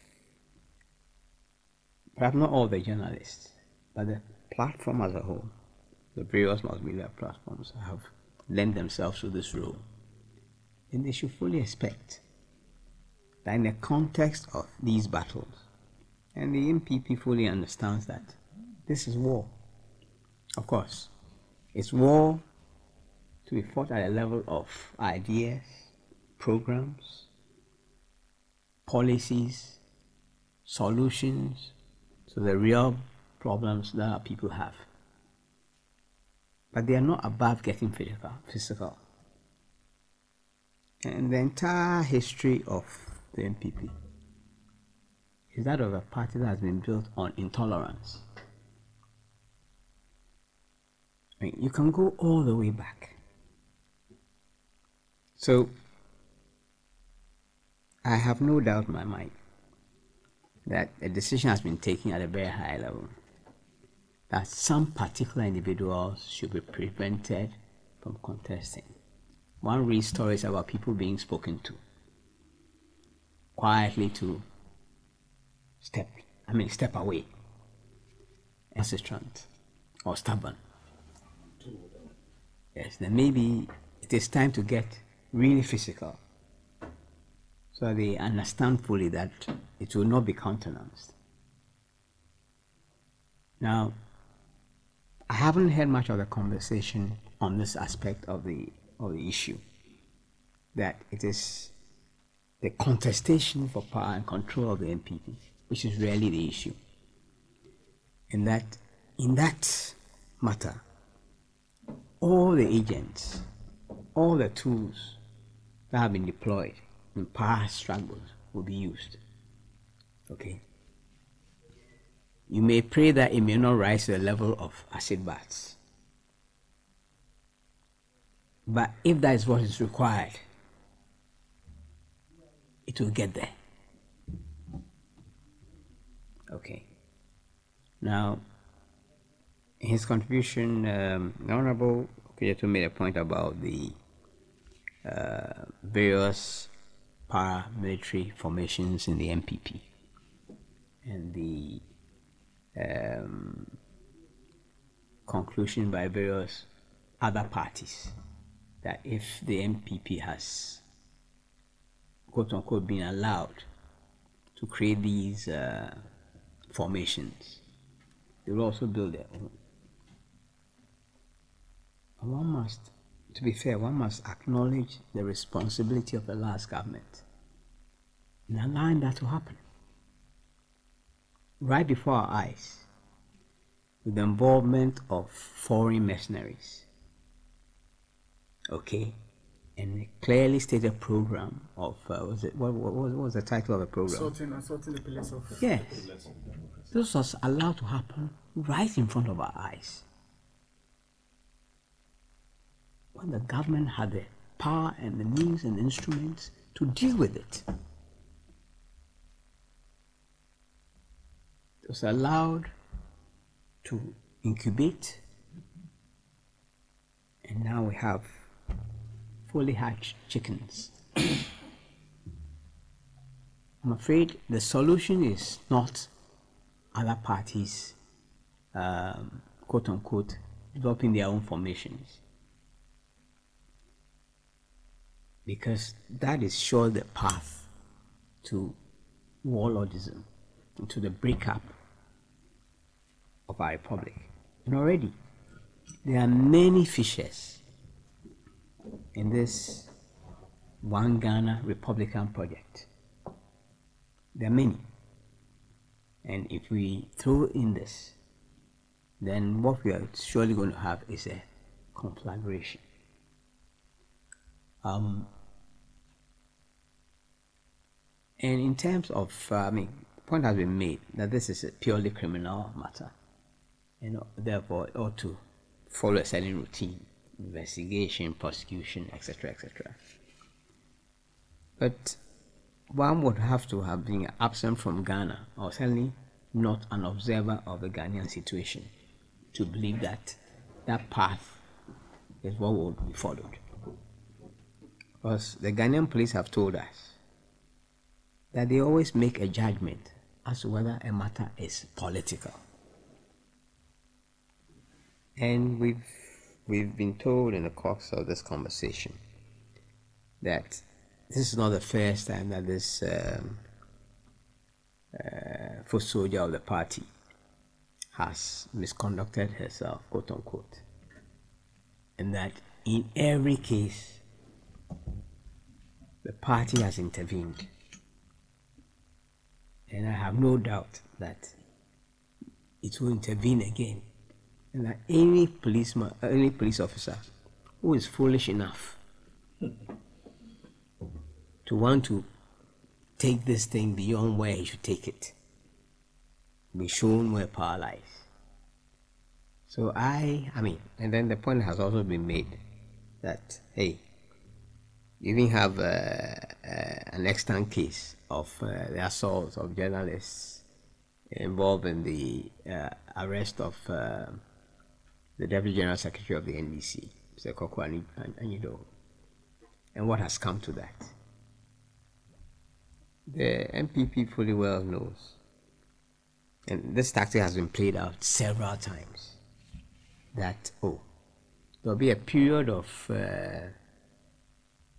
shall we say, noise, and that it will quietly die away, join the endless list of other cases that quietly vanish from the public conversation. Okay. But I think that the real issue is the intolerance that lies at the heart of that party. Okay. And in saying so, one can even point to, I don't know whether you recall this case. There was this incident involving another station, another platform in the multimedia stable. I believe it was Asempa, okay, where the management, from all that has gone on, it's clear that even the management of multimedia was complicit in allowing facts of the NPP to enter their studio and to beat up, rough up a journalist who eventually ended up being suspended or dismissed. Yes. Because it was seen as being inimical to the interests of the Leonardo faction of the NPP. So we have history. So I mean, if that station, if those group of stations have this long history, what are we spending our time in talking about it now? And then maybe the last point I'd like to address is, I understand that in the course of the past couple of weeks, or is it last week, there has been a determination that Ghana is quote unquote one of the places where journalists enjoy the most freedom. I don't know who did that survey, but as has been pointed out in the course of this conversation, you enjoy freedom depending on where you stand. If people assess you to be quote unquote anti-MPP, then you are in serious trouble. And if you are seen to pro something else, then your matters may not even be remarked on. Your matters may not be even remarked or even rise up to the level of public attention. And Kwesi has made the point about this Peter Apisawa case. Yeah. In that case, was it the national chairman?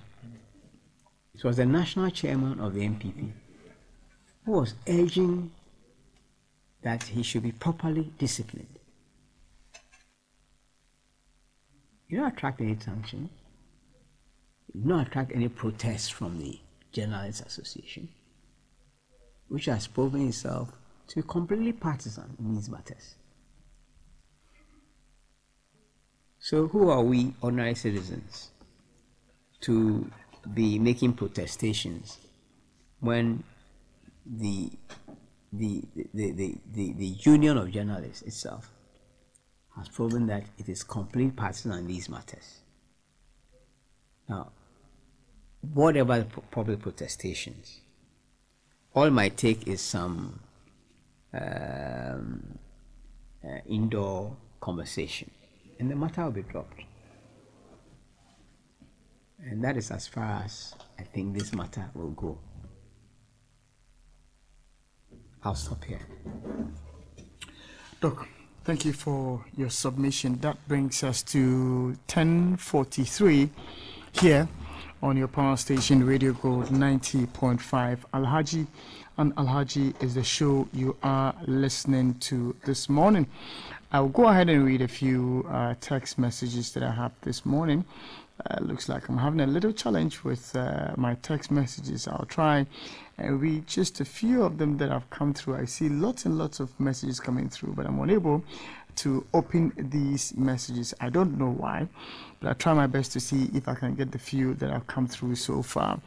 This one from Prekese Kwame Aristocrat. He says, Ambassador Sampiale should get it clear that the irresponsible acts of Hajia Fati is empowered by Nanado, who in opposition and now in power hasn't seen anything wrong with her deeds. How intriguing. Can she describe a journalist as an onion seller? Is the NPP headquarters now an onion farm? But it is sad that Kufuor's faction in the NPP haven't seen the agenda of Nanado to hijack their political ambition hiding behind Hajia Fati. Greetings to Nana Bamfo the incoming NDC Ewutu Senior East Youth Organizer. Professor Kwame Aristocrat of Kaswa Ope Kuma sends that one through. Professor, you changed your location. It used not to be that. Good morning to you, Shen, and to your panelists. Indeed, the GJA must act. The attacks on journalists nowadays is becoming worrisome. Lives of journalists should not be taken for granted. Hajia Fati must be called to order. Her arrogance is becoming too much. Her apology is to deceive the public. She should face the full rigors of the law. AU Farouk sent that one through. Let me see. Unfortunately, so many text messages, but I'm unable to read these text messages. I can't really get them to pop up to read them, but let me read this one.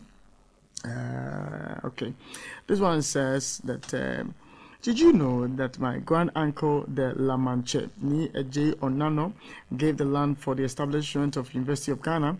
Did you know that Legon was Lagon, to wit Lahil, and when the land was given to be used for a university, the fountain of knowledge, it became known as Nilegon, to wit Knowledge Hill.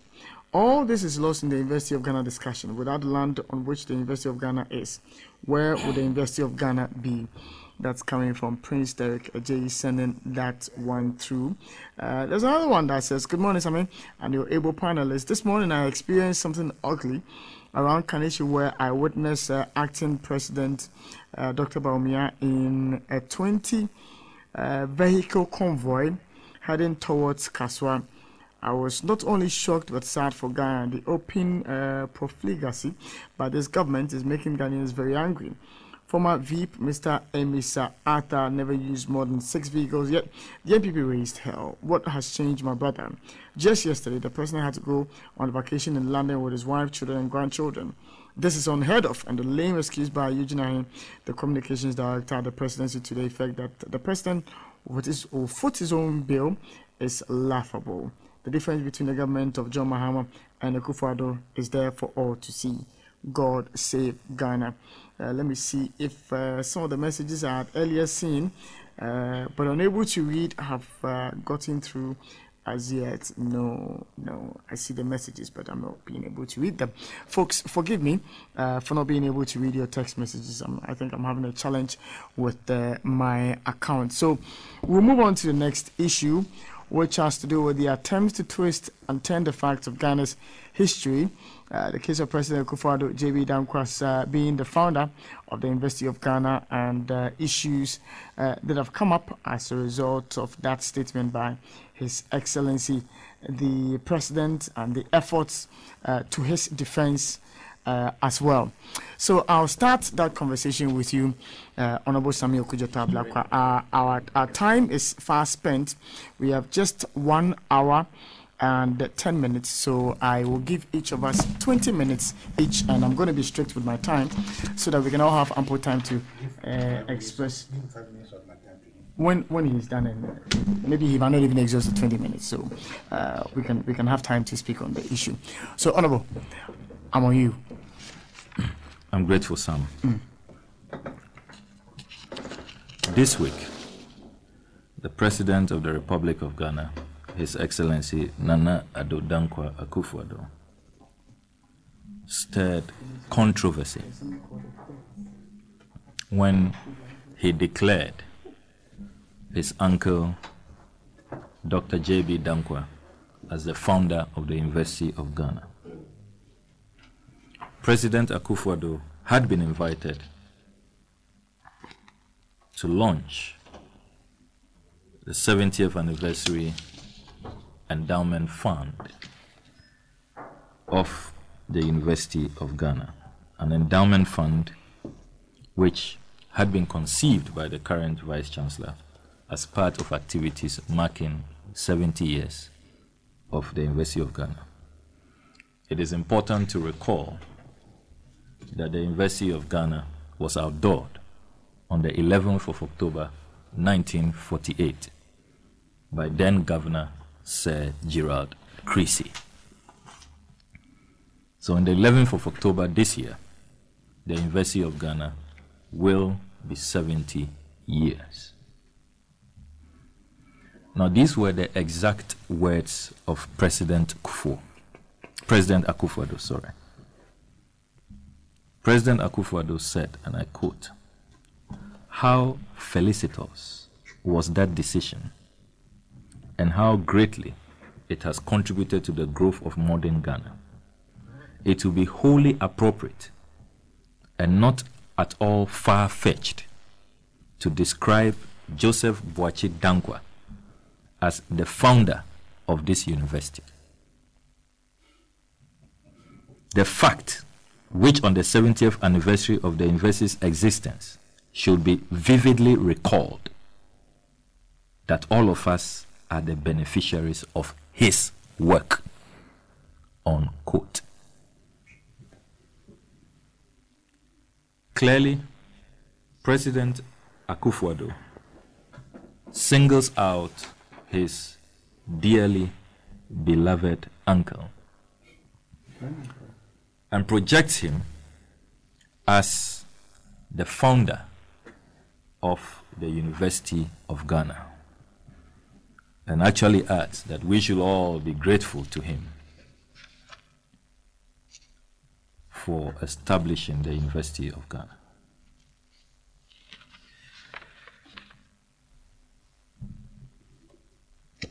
Very interesting, Sam.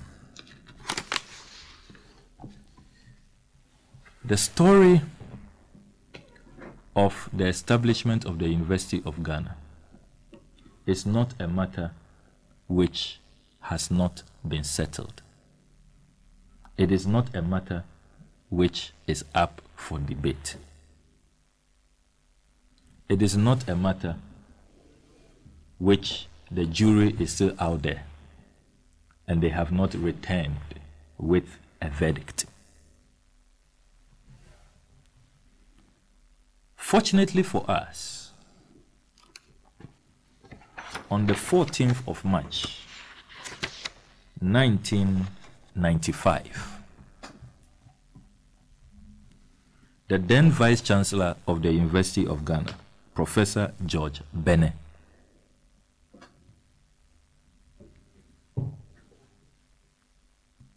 acknowledging that in 3 years' time, that's in 1998, in 3 years from 1995, the University of Ghana will be 50 years, decided that the university will commission a project, and that project will be in the form of a book which will clearly spell out the history of the University of Ghana.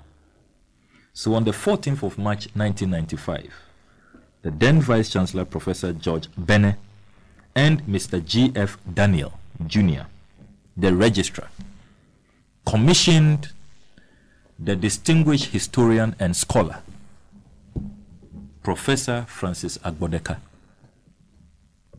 who later became Pro-Vice Chancellor of the University of Cape Coast, and who for many years was Dean of the University of Cape Coast History Department.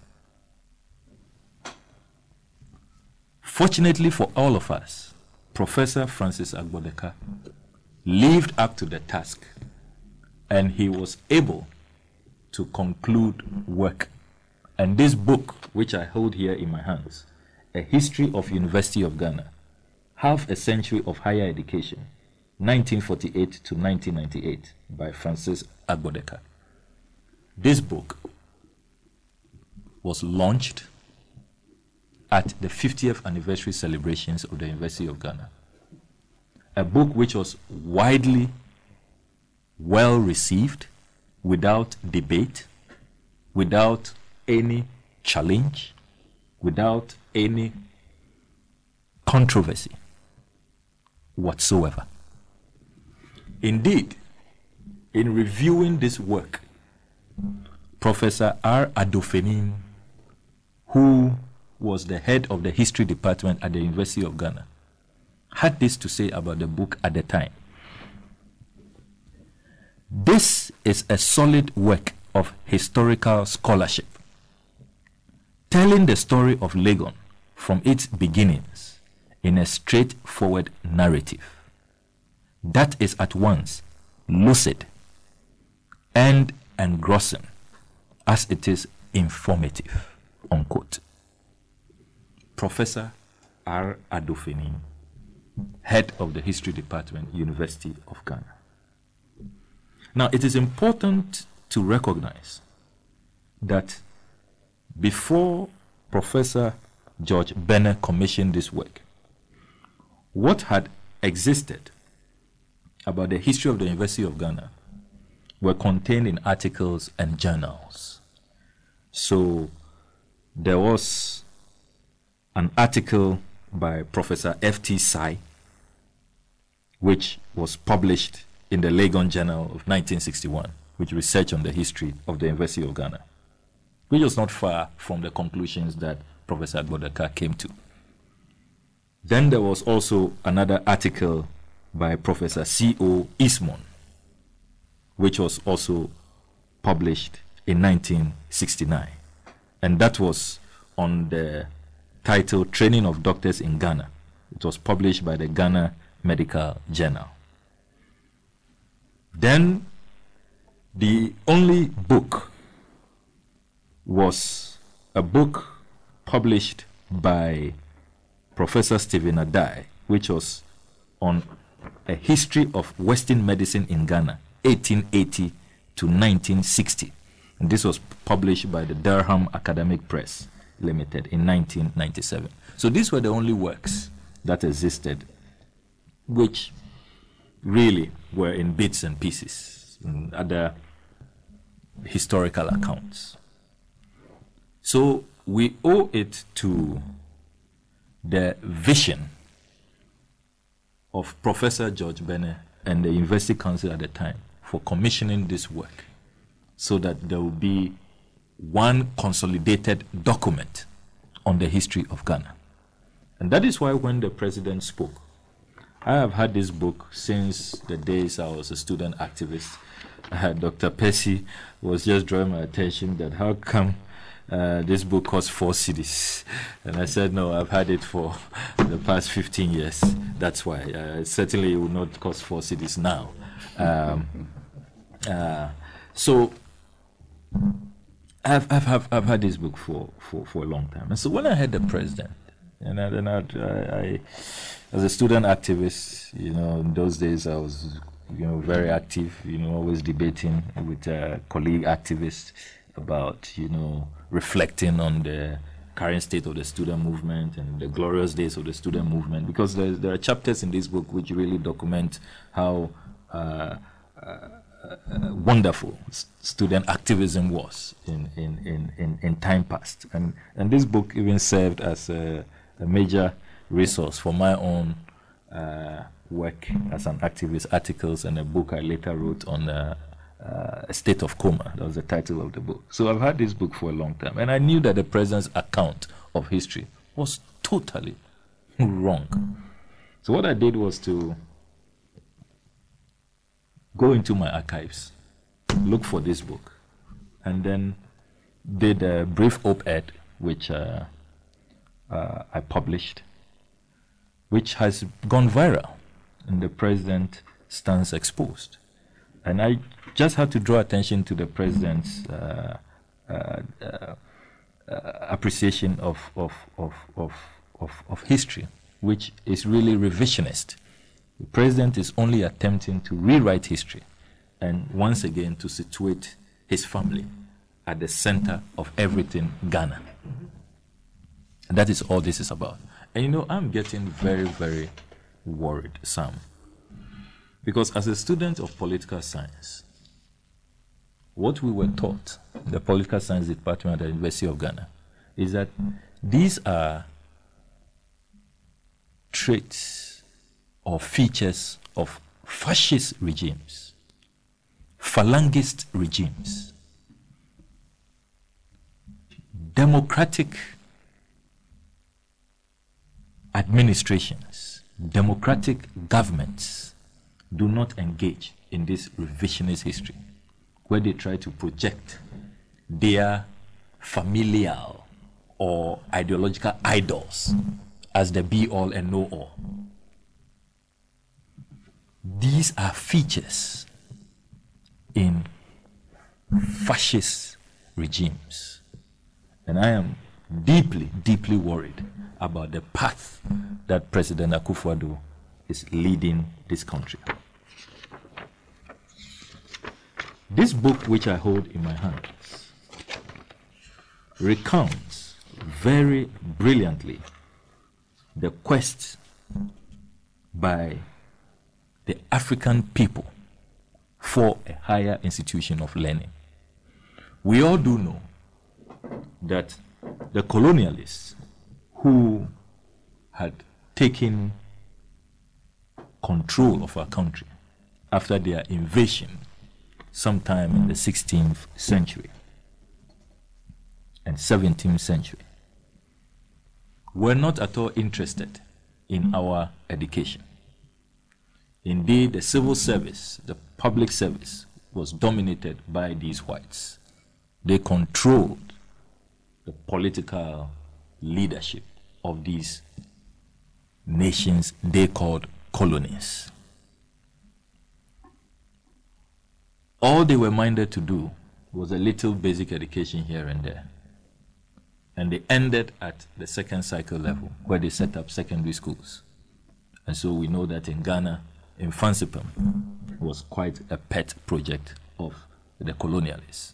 Wesley Girls, Adisadel, St. Augustine's, and a few others. And that's where they were willing to stop.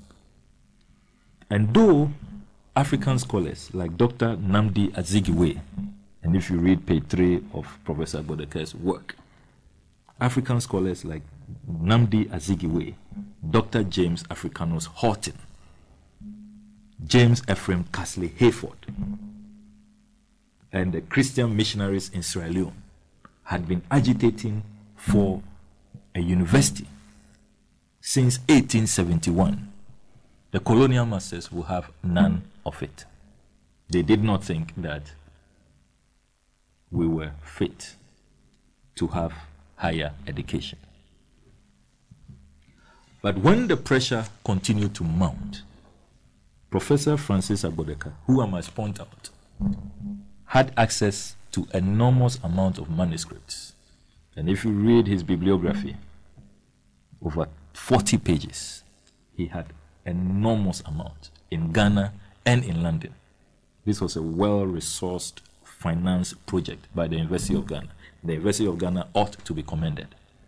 And that's why I say in my article that I doubt that the University of Ghana will allow this attempt by the president to revise history to stand. I don't see how the University of Ghana, after having commissioned this work, will make a U-turn and go for abandoning their work, which cost the University of Ghana a great deal of money, and go for Dr. J.B. Dankwe's nephew's latter-day revised rendition of history. So Professor Agbodeka makes the point in this book that due to consistent pressure by all of these persons I've mentioned earlier and organizations, the colonialists then decided to set up the Asquith Commission sometime in 1943. And the Asquith Commission was tasked to explore the possibility of a higher institution of learning in the British colonies. So it is the Asquith Commission that laid out the broad parameters that talked about the need for the Oxbridge system. And when you read this book, you become conversant with what the Oxbridge system was, and which was a system that the then University College of the Gold Coast began, and how the University College of the Gold Coast will be affiliated to the University of London, which was the parent mentoring institution. So the initial certificates were certificates from the University of London. All of that work must be credited to the Asquith Commission. After the Asquith Commission, we had the Elliott Commission, which was set up. And the Elliott Commission had to now go into the specifics to do with locations. Where should these universities be sited? The Elliott Commission had two reports, a majority report and then a minority report. It is important to stress that, as Professor Agbodeka reveals, the majority report stated that it will be possible to cite these universities in 3 countries: Nigeria, Sierra Leone, and Ghana, our dear country. That was the majority report. But there was a minority report which said that, looking at resources, available resources, especially the current state of the Colonies Endowment Fund, there was money for only one university. Which was the money they have set up. Yes, which was the fund that they had set up earlier, based on the recommendation of the Asquith Commission. And that the funding available can build only one university. And that they should build the university in Ibadan, Nigeria.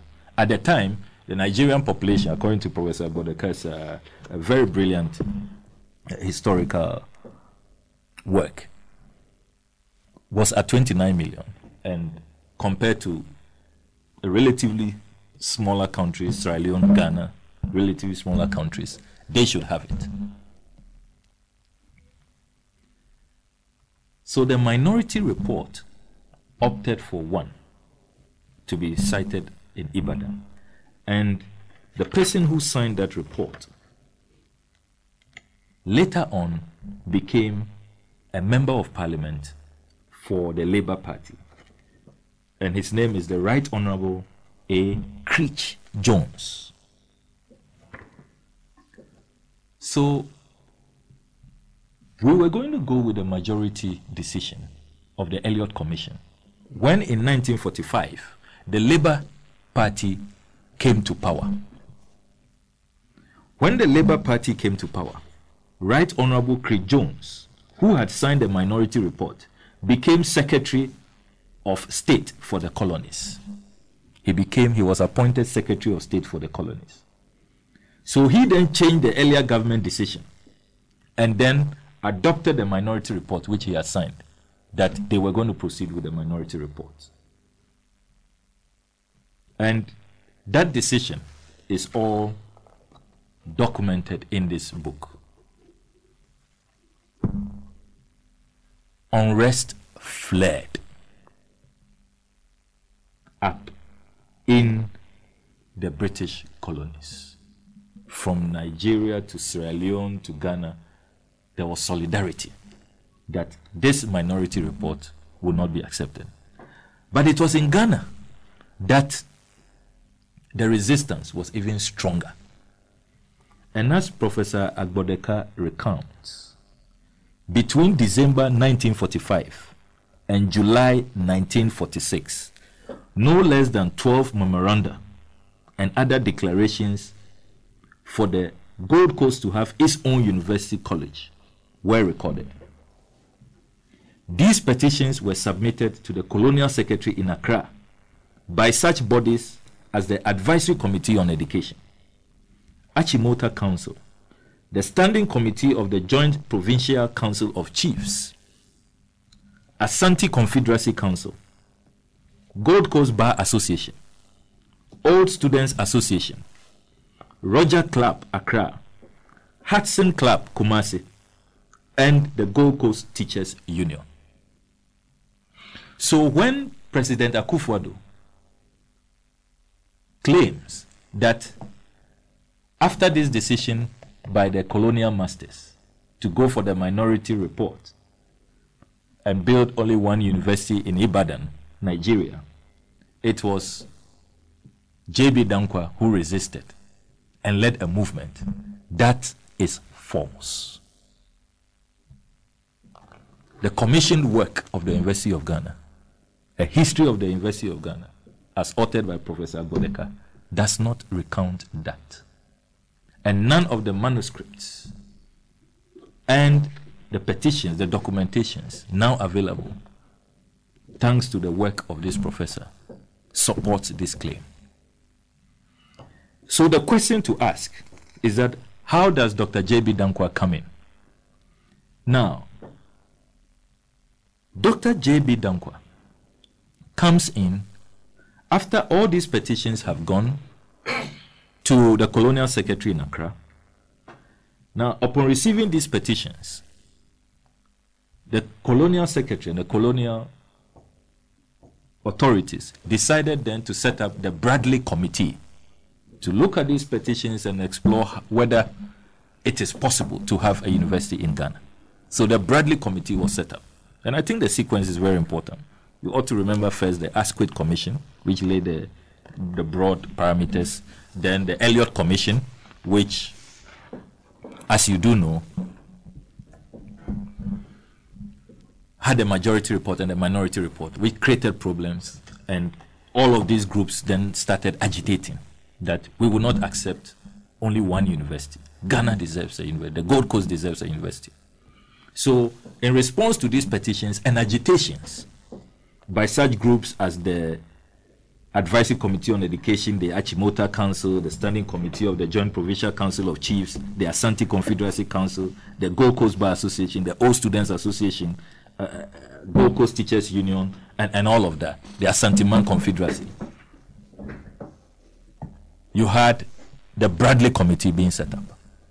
The Bradley Committee asked for one Ghanaian, one Gold Coaster, to be nominated. And you know who all these groups nominated? They nominated Sir Aku Kosa. And if you read this book, if there is anybody we should really be celebrating, any Gold Coaster, who perhaps you may want to say took a lead role and was recognized by all the agitators as the lead man, it is Sir Aku Kosa, not Dr. J.B. Dankwa. So you need to acknowledge that Dr. J.B. Dankwa did not serve on any of these committees or commissions. If his nephew, 80, 90 years down the line, is telling us that he was the leader, and it is to him we should be grateful to for founding the university, how come he didn't serve on the Bradley Committee? He didn't serve on the Elliott Commission. He didn't serve on the Asquith Commission. The only Ghanaian who was nominated by all of these groups as their leader to serve on the Bradley Committee was Sir Aku Kosa. And it was Sir Aku Kosa who signed the land, the papers, after the Ga chiefs, the La chiefs had donated land. It's all here in this book. And in my article, I even showed the pictures. I took snapshots of the pictures. So if you look at page 35 of Professor Bodeka's book, you see a picture of Sir Aku Kosa seated facing camera, second chairman of the University College Council, signing the land documents on behalf of council. With him are the principal, Mr. David Baum, second left, and the registrar, Mr. Mujabin Dowuna. You do know that Mr. David Baum was the first principal of the University College of the Gold Coast. Sir Aku Kosa was the man there to sign all of these papers. Where was Dr. J.B. Dankwa? Great founder and leader of the movement. Where was he? So, as Francis Abodeka recounts on page 13 of this book, Dr. J.B. Dankwa came in as a member of the Legislative Council to help with fundraising. And even in that role, as Professor Bodeka recounts, 2 members of the Legislative Council were put in charge of fundraising: Dr. J.B. Dankwa and Professor Christian G. Baita. So if fundraisers are to be declared founders of the university, why leave out Professor Baita? Is it because he is just an Anglo man from the Volta region? He doesn't have royal Chebi blood in him? Is that the reason? Fascism. This is fascism. So let us stop this attempt to rewrite history. In any case, the fundraising effort, it ought to be emphasized that if cocoa farmers had not agreed that every sack of cocoa they can be levied 2 shillings and 6 pence, which in total raised £897,000, there will have been no seed capital for the university. Dr. J.B. Dankwa did not contribute a peso himself. He just went to talk to the cocoa farmers.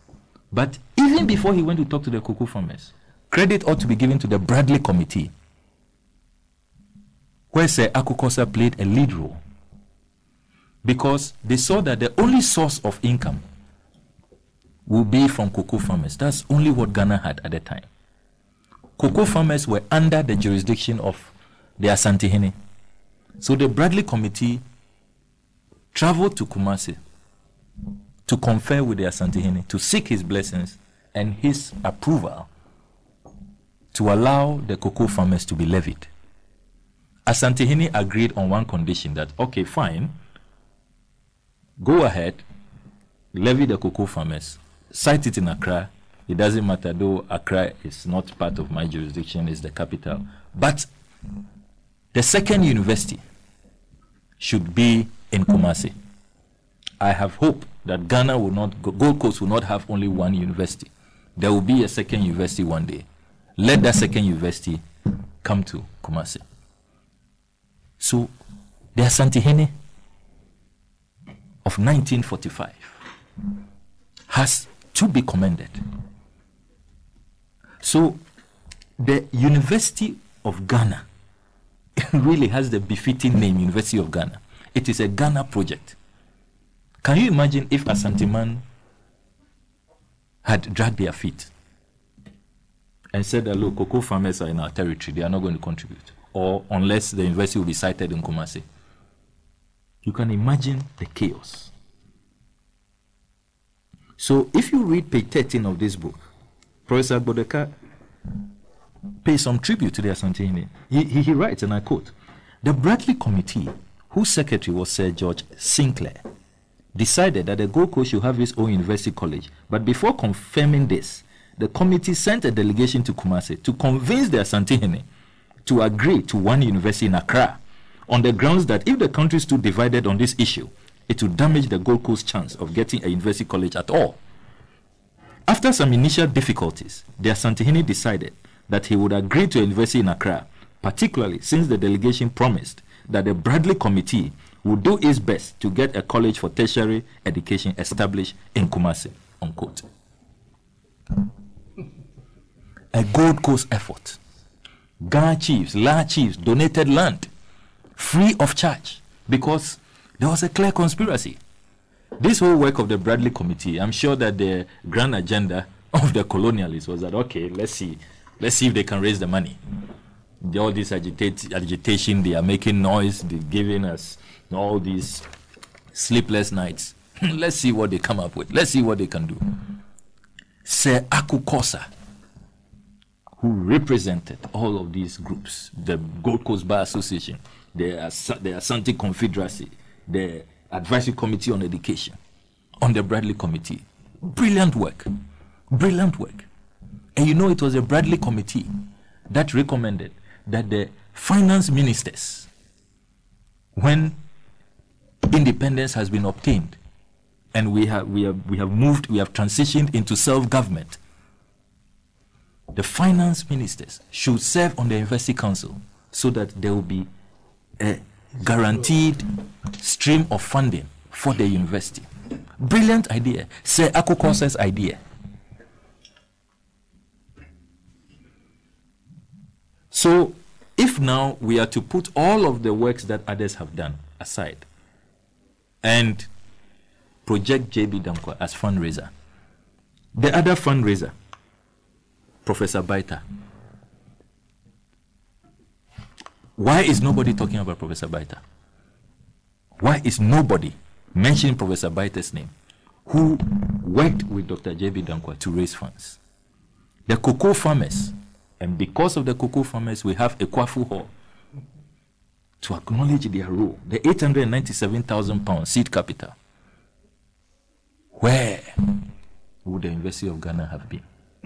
So, President Akufo-Addo should stop this attempt to rewrite history.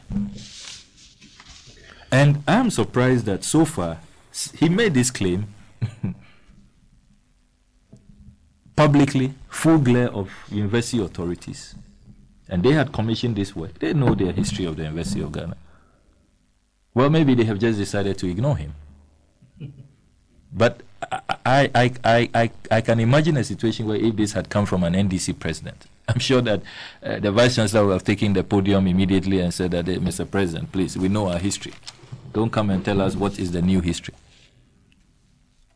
So, Sam, I'm very worried about the tendency of President Akufo-Addo to always rewrite history and project his family members as the do-all. Without them, there will be no Ghana. Right. And you see the attempt to even, as it were, change our national history, change our Founders' Day, and all of that. Right. Why? This is not why. I just need 2 minutes, please. Just 2 minutes. This is not why President Akufo-Addo was voted for. He was not voted to come and be renaming institutions, changing history, revising history, and all of that. Yes, he may be on some personal mission. He thinks that he will have to probably reposition his family's heritage. But that's what fascists do. That's what fascist leaders do. As we speak, Sam, the challenges confronting the University of Ghana are enormous.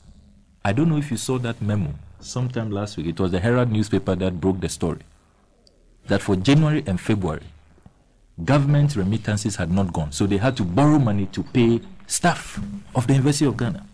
That is what the president should be focusing attention on. As we speak, there is agitation, quiet agitation, because there is an attempt to cancel the contracts of senior lecturers and professors who have exceeded 60 years. Contract lecturers. Government is saying they don't have the money to pay them. There are too many. And that is going to collapse some departments at the university. This is what we expect the university to be addressing. All right. Just 30 seconds, Sam, please, 30 seconds. When we were at the Ministry of Education, we were not we didn't attempt to revise history. What we did was to ensure real investment. And I doff my hat out for Professor Nana Jinopoko-Ajima, my boss, and our President Mahama. Are you aware that the first Ghana Distance Learning Center, we secured it for the university, $37.5 million, University of Ghana. We also convinced the World Bank to establish 2 centers of excellence, $16 million at the University of Ghana. They are there now. $16 million. We paid the counterpart funding.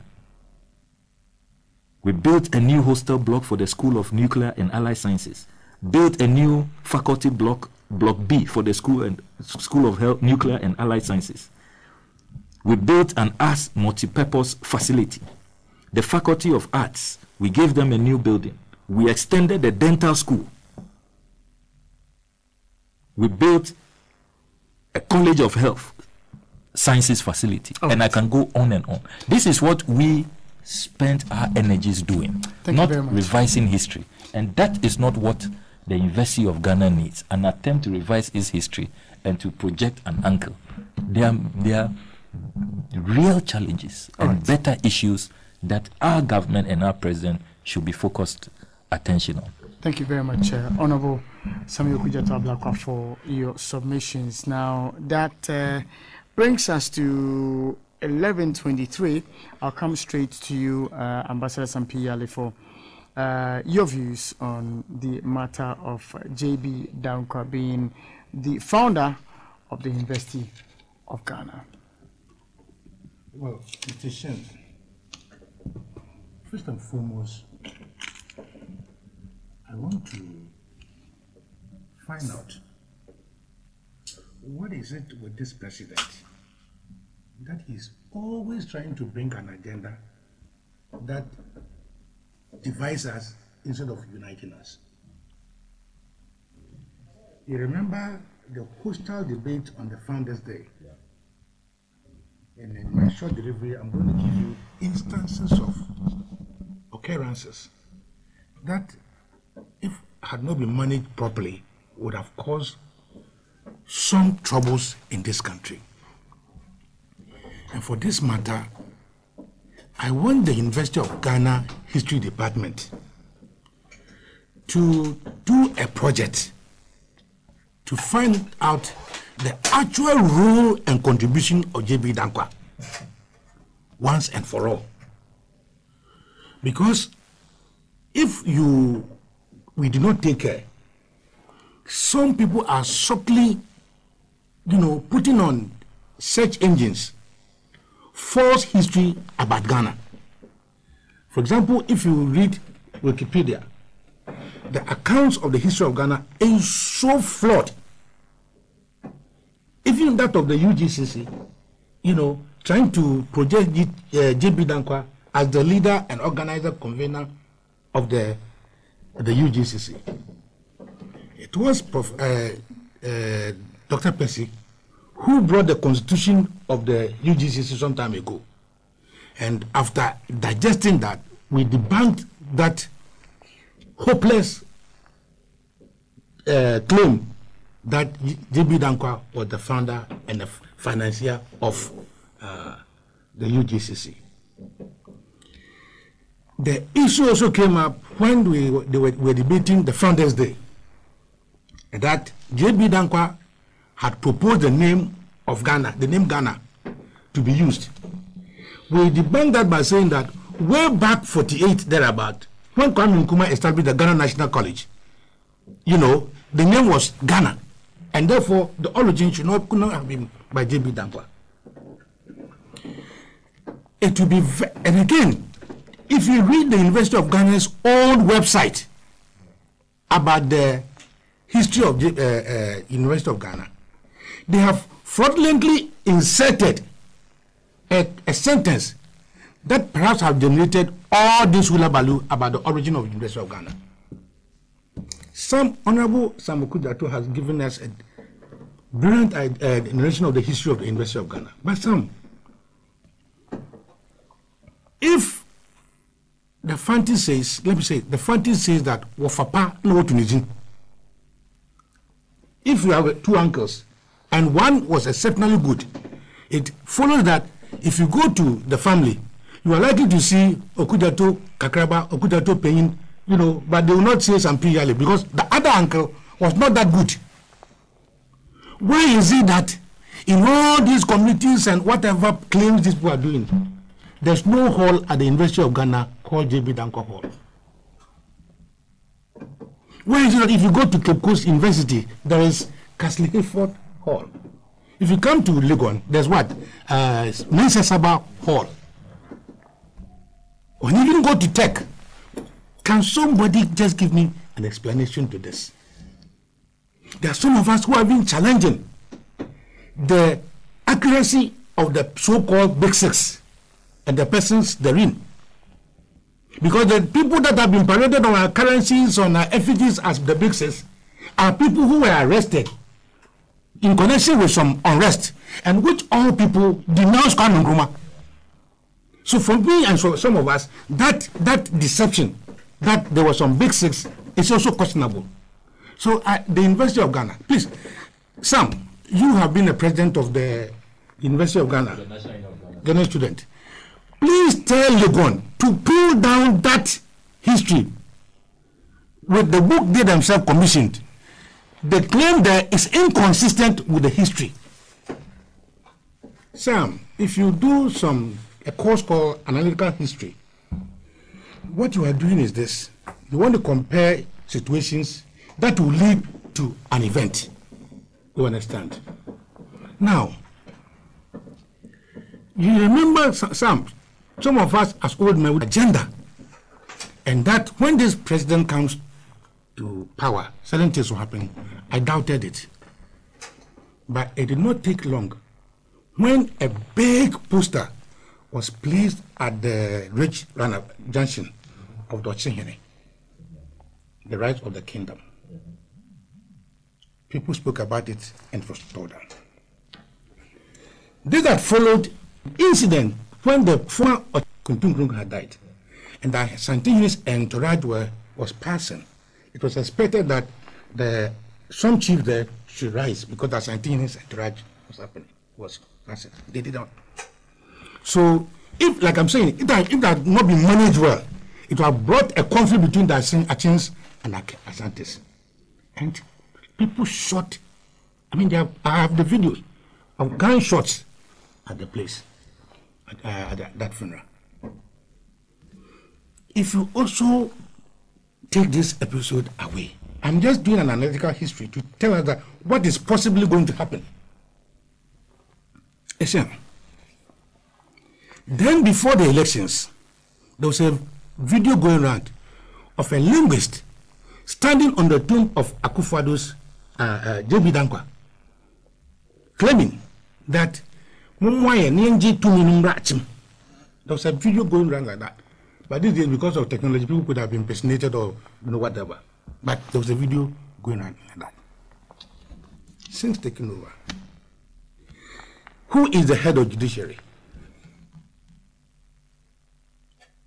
The two cousins have taken over Attorney General and also Chief Justice. Granted, I know them. They are competent people. You understand? Very competent people. But if you look at the structure of our judiciary, headed by Akufo-Addo's cousin, the Attorney General is that. Our Finance Minister is that. You understand? Now, in the Ministry of Finance, all key positions that were being occupied by civil servants have also been replaced by staff of the former Data Bank, former staff of Data Bank. Is it not coming up to state capture? Hello? The recent outburst by the Asante-Hine, the Asante-Hine doesn't talk the way some of us, look at this. The recent outburst of Asante-Hine is predicated by certain precedents. And we all as Ghanaians should fight against this. The contributions of real heroes in this country are known. Forget about the fact that when they deposed of Kwame Nkrumah, they attempted to burn all his books so that we cannot learn about Kwame Nkrumah. But unfortunately for them, as you burn that in what we in Kwame Nkrumah library, the National Archives one is there. The one from the British Museum is also there. Look, how on earth should this president dream of saying that his uncle was the founder of the University of Ghana? But even before then, unprecedented. In the budget debate, the first budget that was written by this, Ken Ofori-Atta stood in Parliament, and for the first 5 minutes were just eulogies about his family. You remember that? He continues to do that, even in the second. Second, he did that. When you are supposed to come and present the facts and figures about this country, you are telling us where you come from, your pedigree. And as if that was not enough. See, listen, this country, people have fought and died for it. And if we want to go the way we are going, one day, God will be angry with us. Why? From the accounts of history, actual history, the university college that was established is not this logo, no. It was Achimota College, just like Furabe University. Furabe started as a college. Ibadan was the only university that had a full status. So all these agitations were for the establishment of a university college. Indeed, if you want to know who established Legon as an entity, Kwame Nkrumah, he established a committee so that they move from Achimota to the present Legon. And the land was not given by the Achimota. The land was not given by anybody. It was given by La Manche, free. And this morning, Sam has told you the contribution of the Ashanti. You know, take it there. And that if there's going to be a second one, bring it to me. If when the committee went to the Ashanti, like Sam said, the Ashanti had refused. But at that time, there was no money from anywhere. And it was not J.B. Danko who went to St. Yosu to Bodi to go and talk to any farmer. It was just Ashanti who sent the word to all the farmers that now pay the money to Cocoa Marketing Board. And that's why we have the CMB. That CMB there, it was as a result of all this agitation that we should have a board to control our cocoa. And Ashanti again was not selfish. He cited the headquarters in Accra. We even started the cocoa clinic in Accra. He's not making those claims. When Gabiad, Ochidaku and the rest were alleged to have insulted Ashanti, when he went, you know what the Ashanti said? It was my uncle, Bafa Koto, who was delegated to form the NLM. And so the MPP is my party. It's not by that he support them, but it is historical part of the Ashanti. People who don't know, they know. But others, some of us, we know. So the contribution of Ashanti and Ashanti man to this country can never be downplayed against any other tribe. No matter what, if you read the constitution, the Ashanti, see, people have their views, but Ashanti's position, unlike any other paramount chief, is isolated. Ashanti and other paramount chiefs. That is not to say that he himself should be doing what is not right. So far, he has not done anything wrong. You understand? But to make such hudious claims that your uncle is the founder of the University of Ghana is something I cannot fathom. And anytime he come and stoke this fire, he just run away and go and stay somewhere. After saying this, I here is in the UK. Anytime he does that, you remember the Founders Day, as soon as he said that, then okay. But if we are not Ghanaians and we take things by humor, then we laugh at it. In other countries, this would have started a war.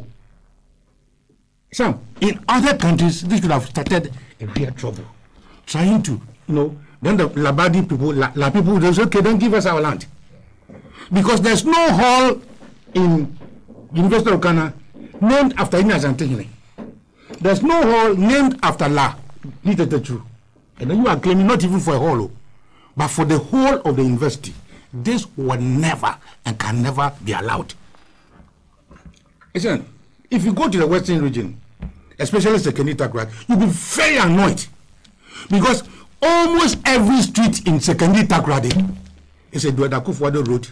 This, all of them. Even the new road that was constructed by Professor Mills, linking Alhaji And Alhaji to the main secondary road, is not the Duadakufwado road. Yes. Most of the roads in Sekeni Takrady are named after NPP people. People who are never connected with the Western region. You understand? The University of Cape Coast, University of Ghana, who was the first African president, vice chancellor? Nana Kobenan Kancha. From second year Segado. Nobody is mentioning that man's name. What about the man who accompanied the committee, like J.B. Danko, the two of them who were in charge of the fundraising? Professor Balta. His son and grandson were also professors at the university. What has Ochidaku and the rest contributed to the University of Ghana? And even in the debate at the Legislative Assembly, the debate was not started by J.B. Dankwa. He was the third contributor. The first one was Techi Mason. And the second one was, the second contributor was Nini Mate, Azuma Tekole. And the third supporter was J.B. Dankwa. So, Sam, you are very familiar with this student and those things.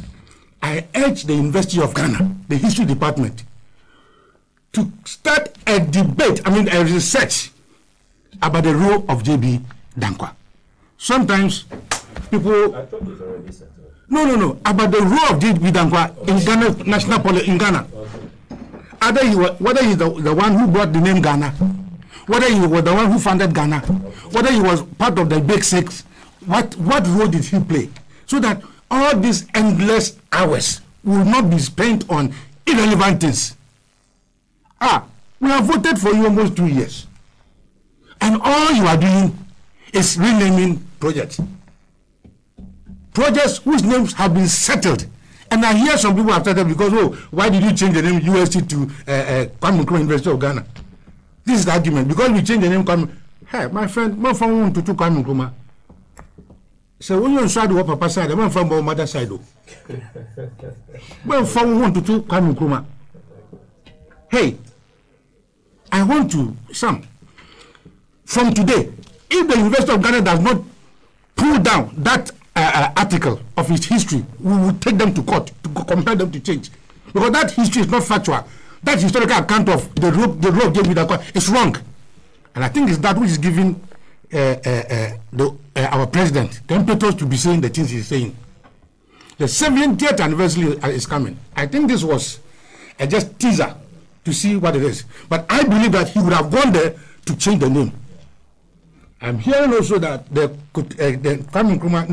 Mahama terminal, the terminal trade, Mahama terminal, is not going to be named after somebody. We are waiting. After somebody. But for us, we are going to call that Mahama terminal trade forever. Thank you very much. Thank you very much, Ambassador, for your submission. I'll come straight to you, Dr. David Percy, for your comments on this matter. If you could shift Dr. Percy's microphone to him for me, I'd appreciate it. Doc. Thank you very much. I think it's a general principle that every attempt to revise history is a criminal enterprise. Either to prepare the grounds for crime or to hide past crime or continuing crime. That said, I mean, one can also make the general point that it has become a hallmark of our president to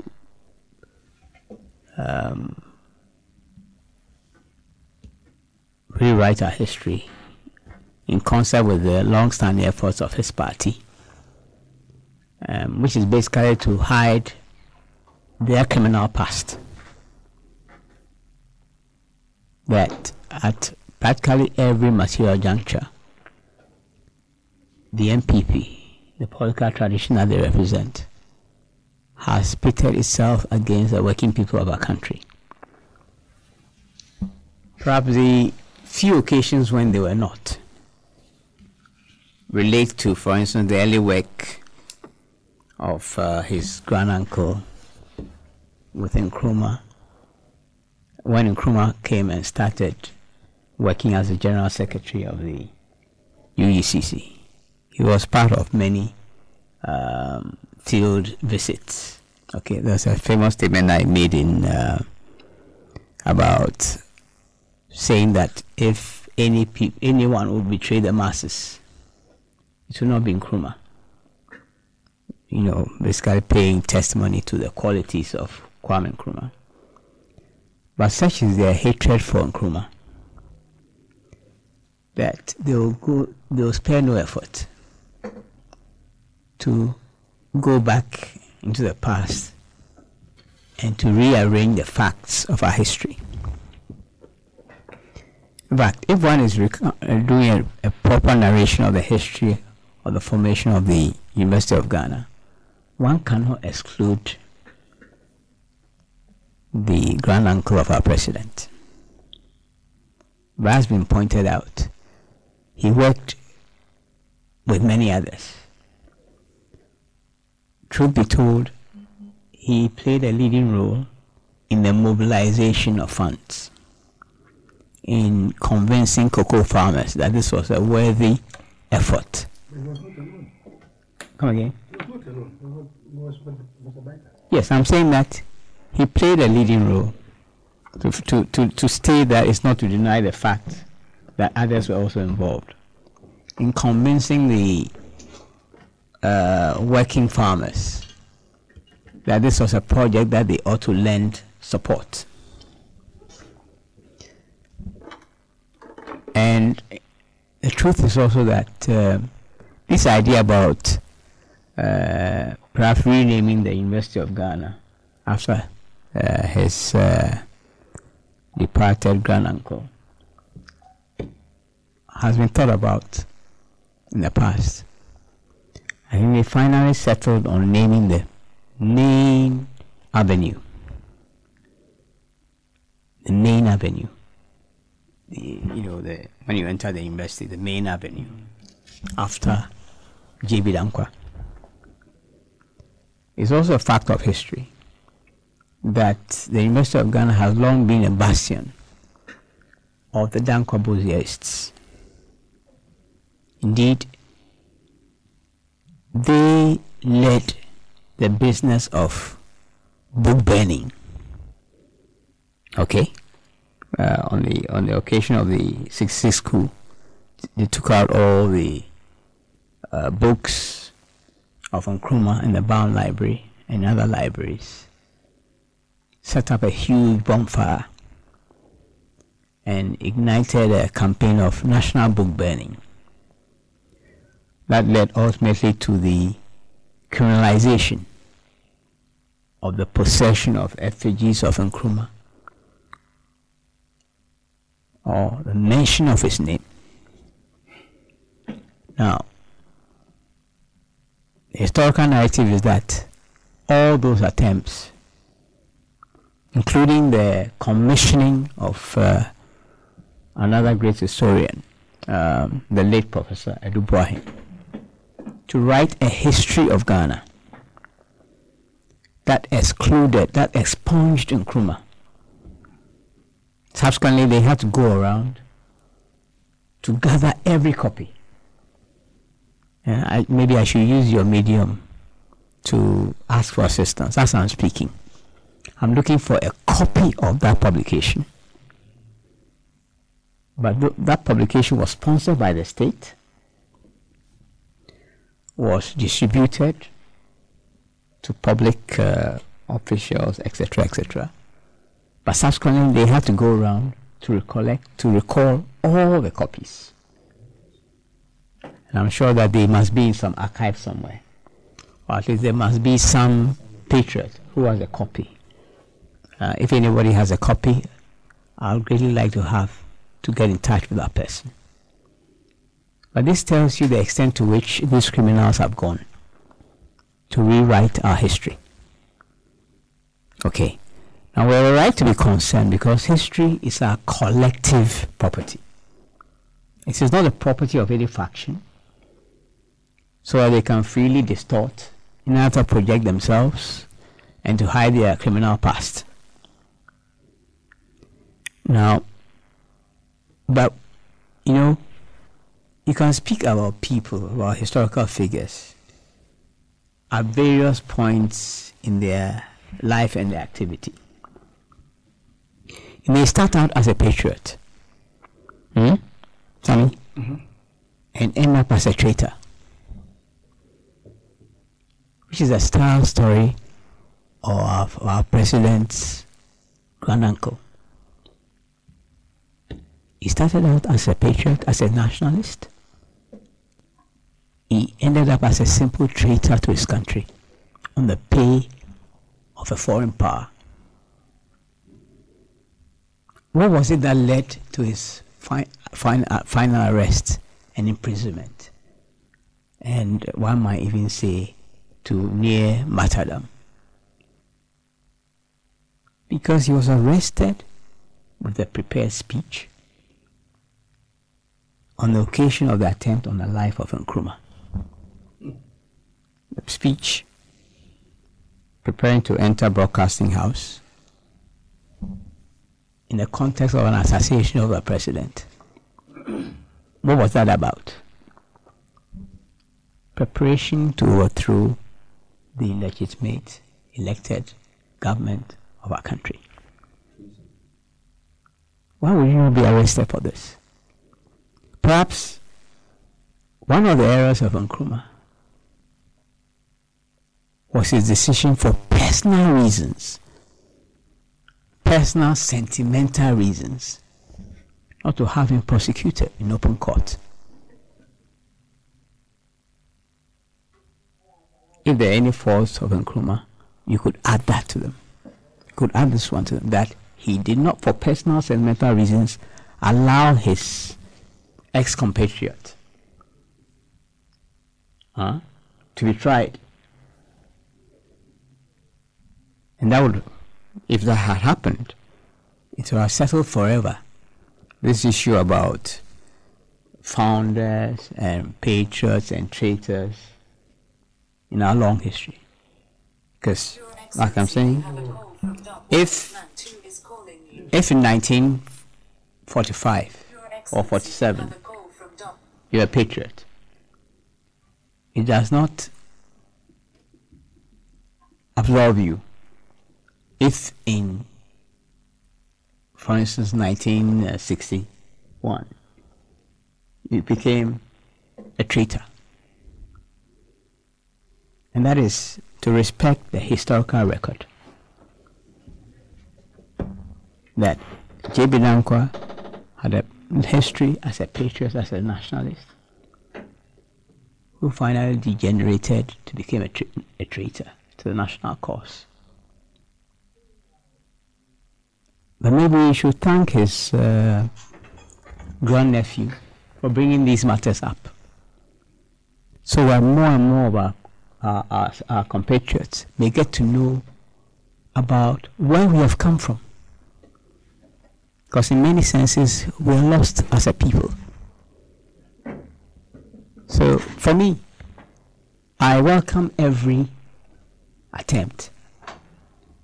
You know, it sounds ridiculous and laughable that these attempts come up, but actually it is the calendar that dictates that these crimes will be repeated.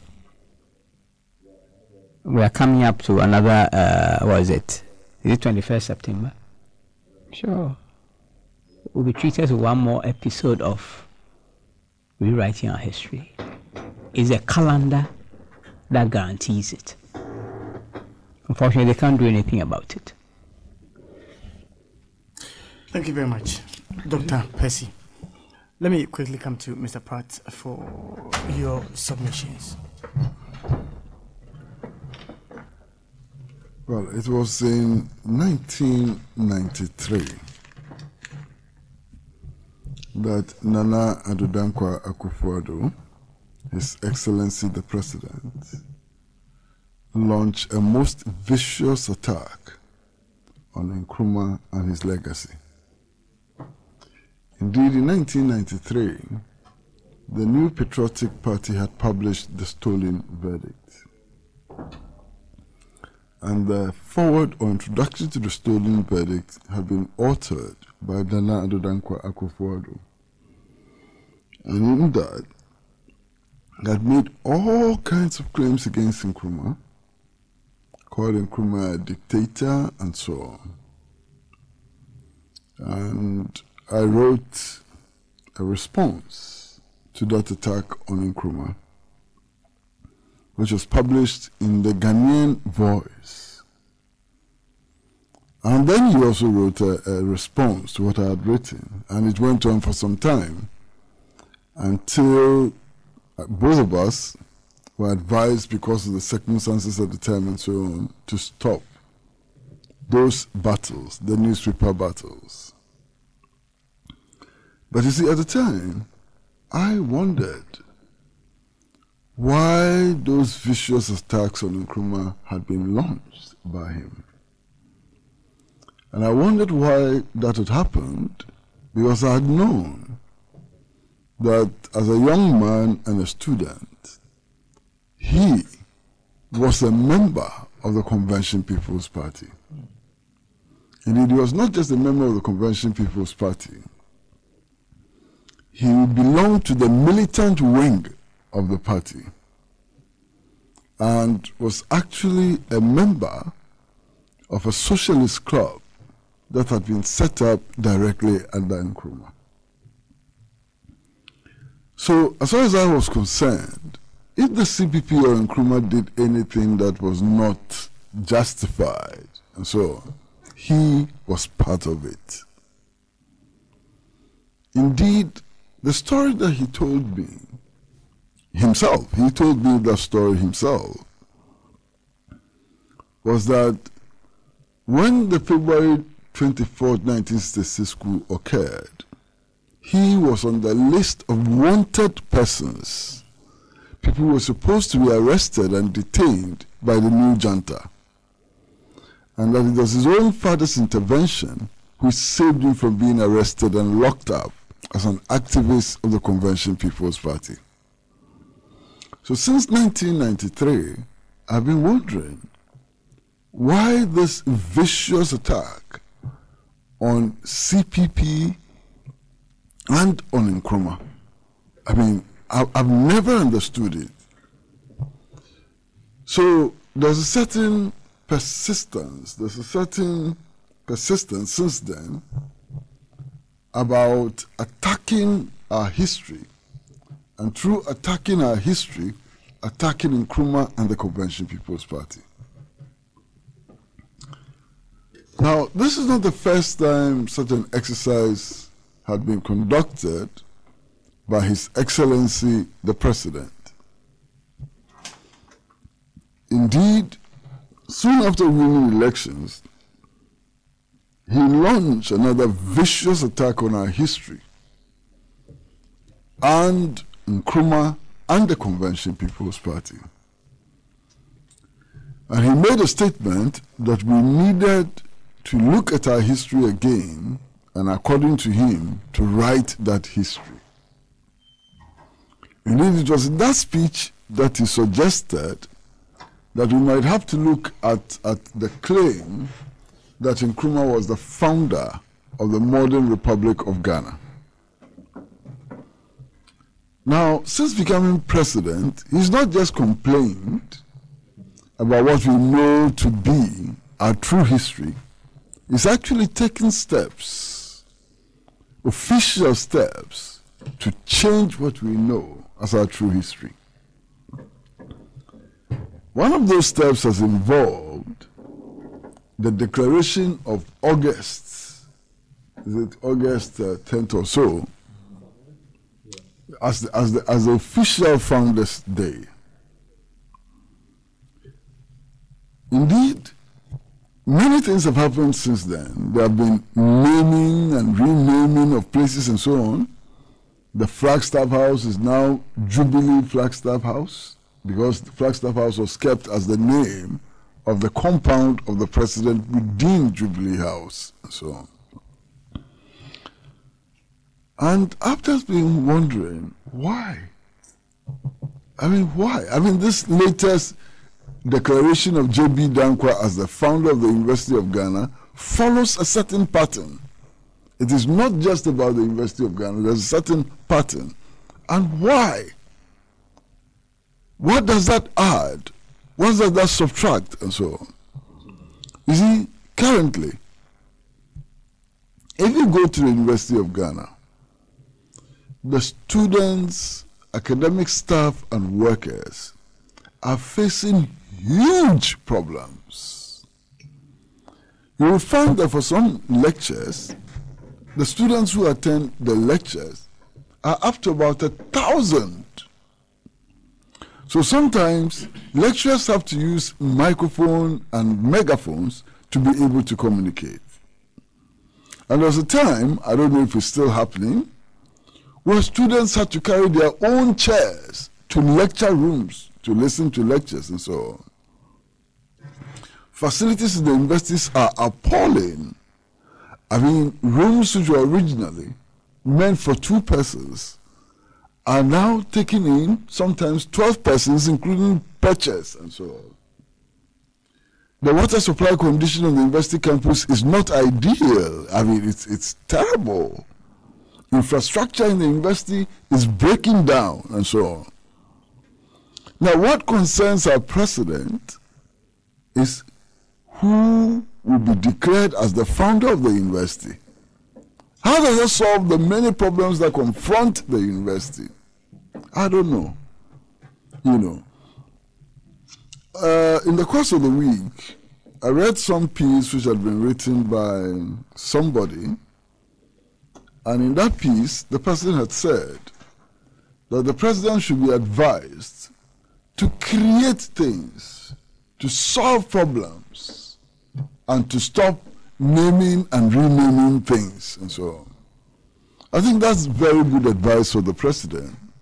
And if the president will heed this advice, all the better.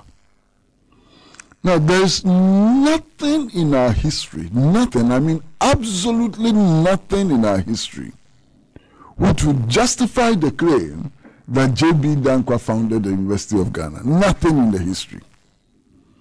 And I read also the piece which had been written by Honorable Okudjatu Ablakwa, who is here. I mean, I read it in the course of the week. And look, that's the true history of the university. In fact, that's the official history of the university, commissioned by the university itself. So why this? If you don't take care, if you don't take care, very soon, let me stop here. All right. Thank you very much, Mr. Pratt, for your final submission. That brings us to 12 o'clock on the dot, and that brings us to the end of today's edition of Alhaji and Alhaji, the mother of all talk shows. It's been great coming your way with today's edition of the show. Very, very fine details of issues that otherwise were not common to you and I, brought to the fore this morning, especially the expose by the Honorable Samuel Okudjatu Ablakwa on, the founding of the University of Ghana. The show is proudly brought to us by Ankoti Premium Malt. It's a non-alcoholic premium malt with extra energy and vitality, and you can get some wholesale and retail as well, especially for the parents who would otherwise be buying other brands for your kids when they are going to school. Make sure you buy Ankoti premium malts for them so they take to school. Their health is guaranteed when you give them that. I understand today is the 1 week celebration of the late Joel Aka, and so we extend our condolences once more as a team here on Alhaji And Alhaji to the family, even as they celebrate or commemorate the 1 week of the passing of the late Joel Aka. So our spirits are with you, the family and loved ones of the late musician Joel Aka. My guests this morning have been Mr. Kwesi Pratt Jr., managing editor of the Insights newspaper, the Honorable Samuel Okudjatu Ablakwa, MP for North Tongue and ranking member on the Foreign Affairs Committee in Parliament, Ambassador Sampiyali, is a former High Commissioner to India, Dr. David Percy, student of history and politics. So this morning we looked at the twists and turns of the facts of Ghana's history, the case of President Akufo-Addo that J.B. Dankwa founded the University of Ghana, and the matters arising. We tried to analyze, for which we did, the attack and assault on a journalist with multimedia group by Hajia Fatih, the apology and the implications on press freedom and allied concerns. For want of time, we're not able to look at the Ghana Health Services issuance of an alert to all of us about Ebola and how we must conduct ourselves, the signs, the symptoms, and the do's and don'ts in this situation. Gentlemen, I'm grateful you joined me today on the show.